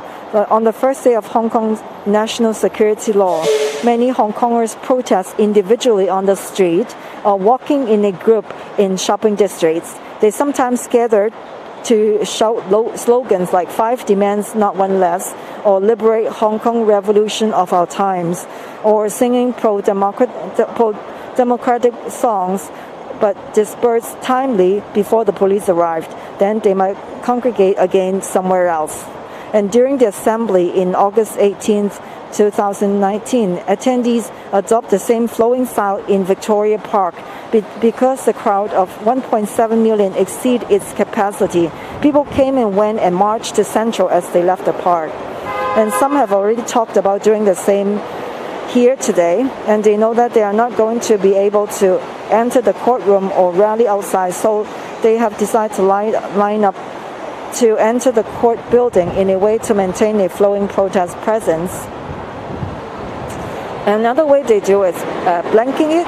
So after liberate Hong Kong revolution of our times became a dangerous phrase that may implicate the speaker to the national security law, Hong Kongers create homophones to use different Chinese characters for the same meaning, or use a picture in the place of words. Eventually, they would hold up blank signs in protest, like a blank paper, representing what they have in mind. And yet, everyone knew what they are trying to say. And also reading a newspaper. Window shopping, making purchases, simply walking or reading a newspaper can be a way of protesting in Hong Kong nowadays. And after Jimmy Lai was arrested in August 2020, many Hong Kongers bought Next Digital stocks and read the Apple Daily in public to lend their support. And Hong Kongers holding a copy of the Apple Daily in public became a symbolic gesture. And earlier this week, 4 hammer welding intruders broke into the Epoch Times printing press in Hong Kong. They took away the printing machine's CPU and scattered construction dirt on the printer's conveyor belt. And the Hong Kong Epoch Times had to pause its print edition for a few days. And today is the first day that a post-attack print edition is available. And Hong Kongers are initiating similar support by purchasing the newspaper from the street vendors and reading it in public.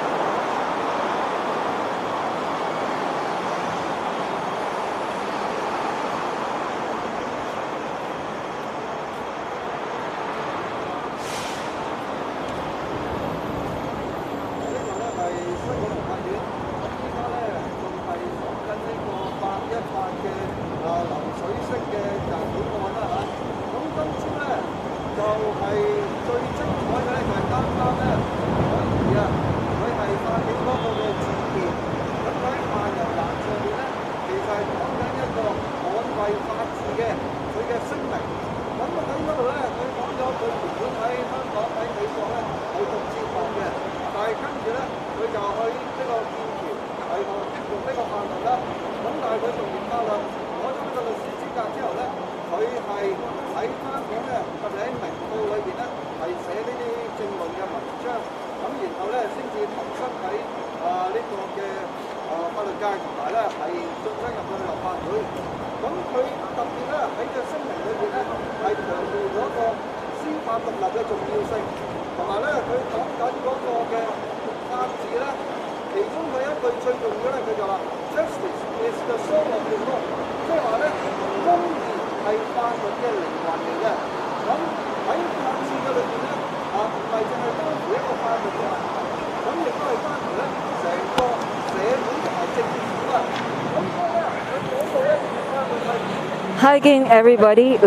Since the court hearing is ongoing and it won't finish this morning, and then I know that in the afternoon there will be sentencing for 2 of the defendants, and don't know whether the other 7 the court will give out sentence, or they will have further investigation into the case. So thank you for watching, and then we'll come back a few hours later in the afternoon and see what happened. Thank you. See you later.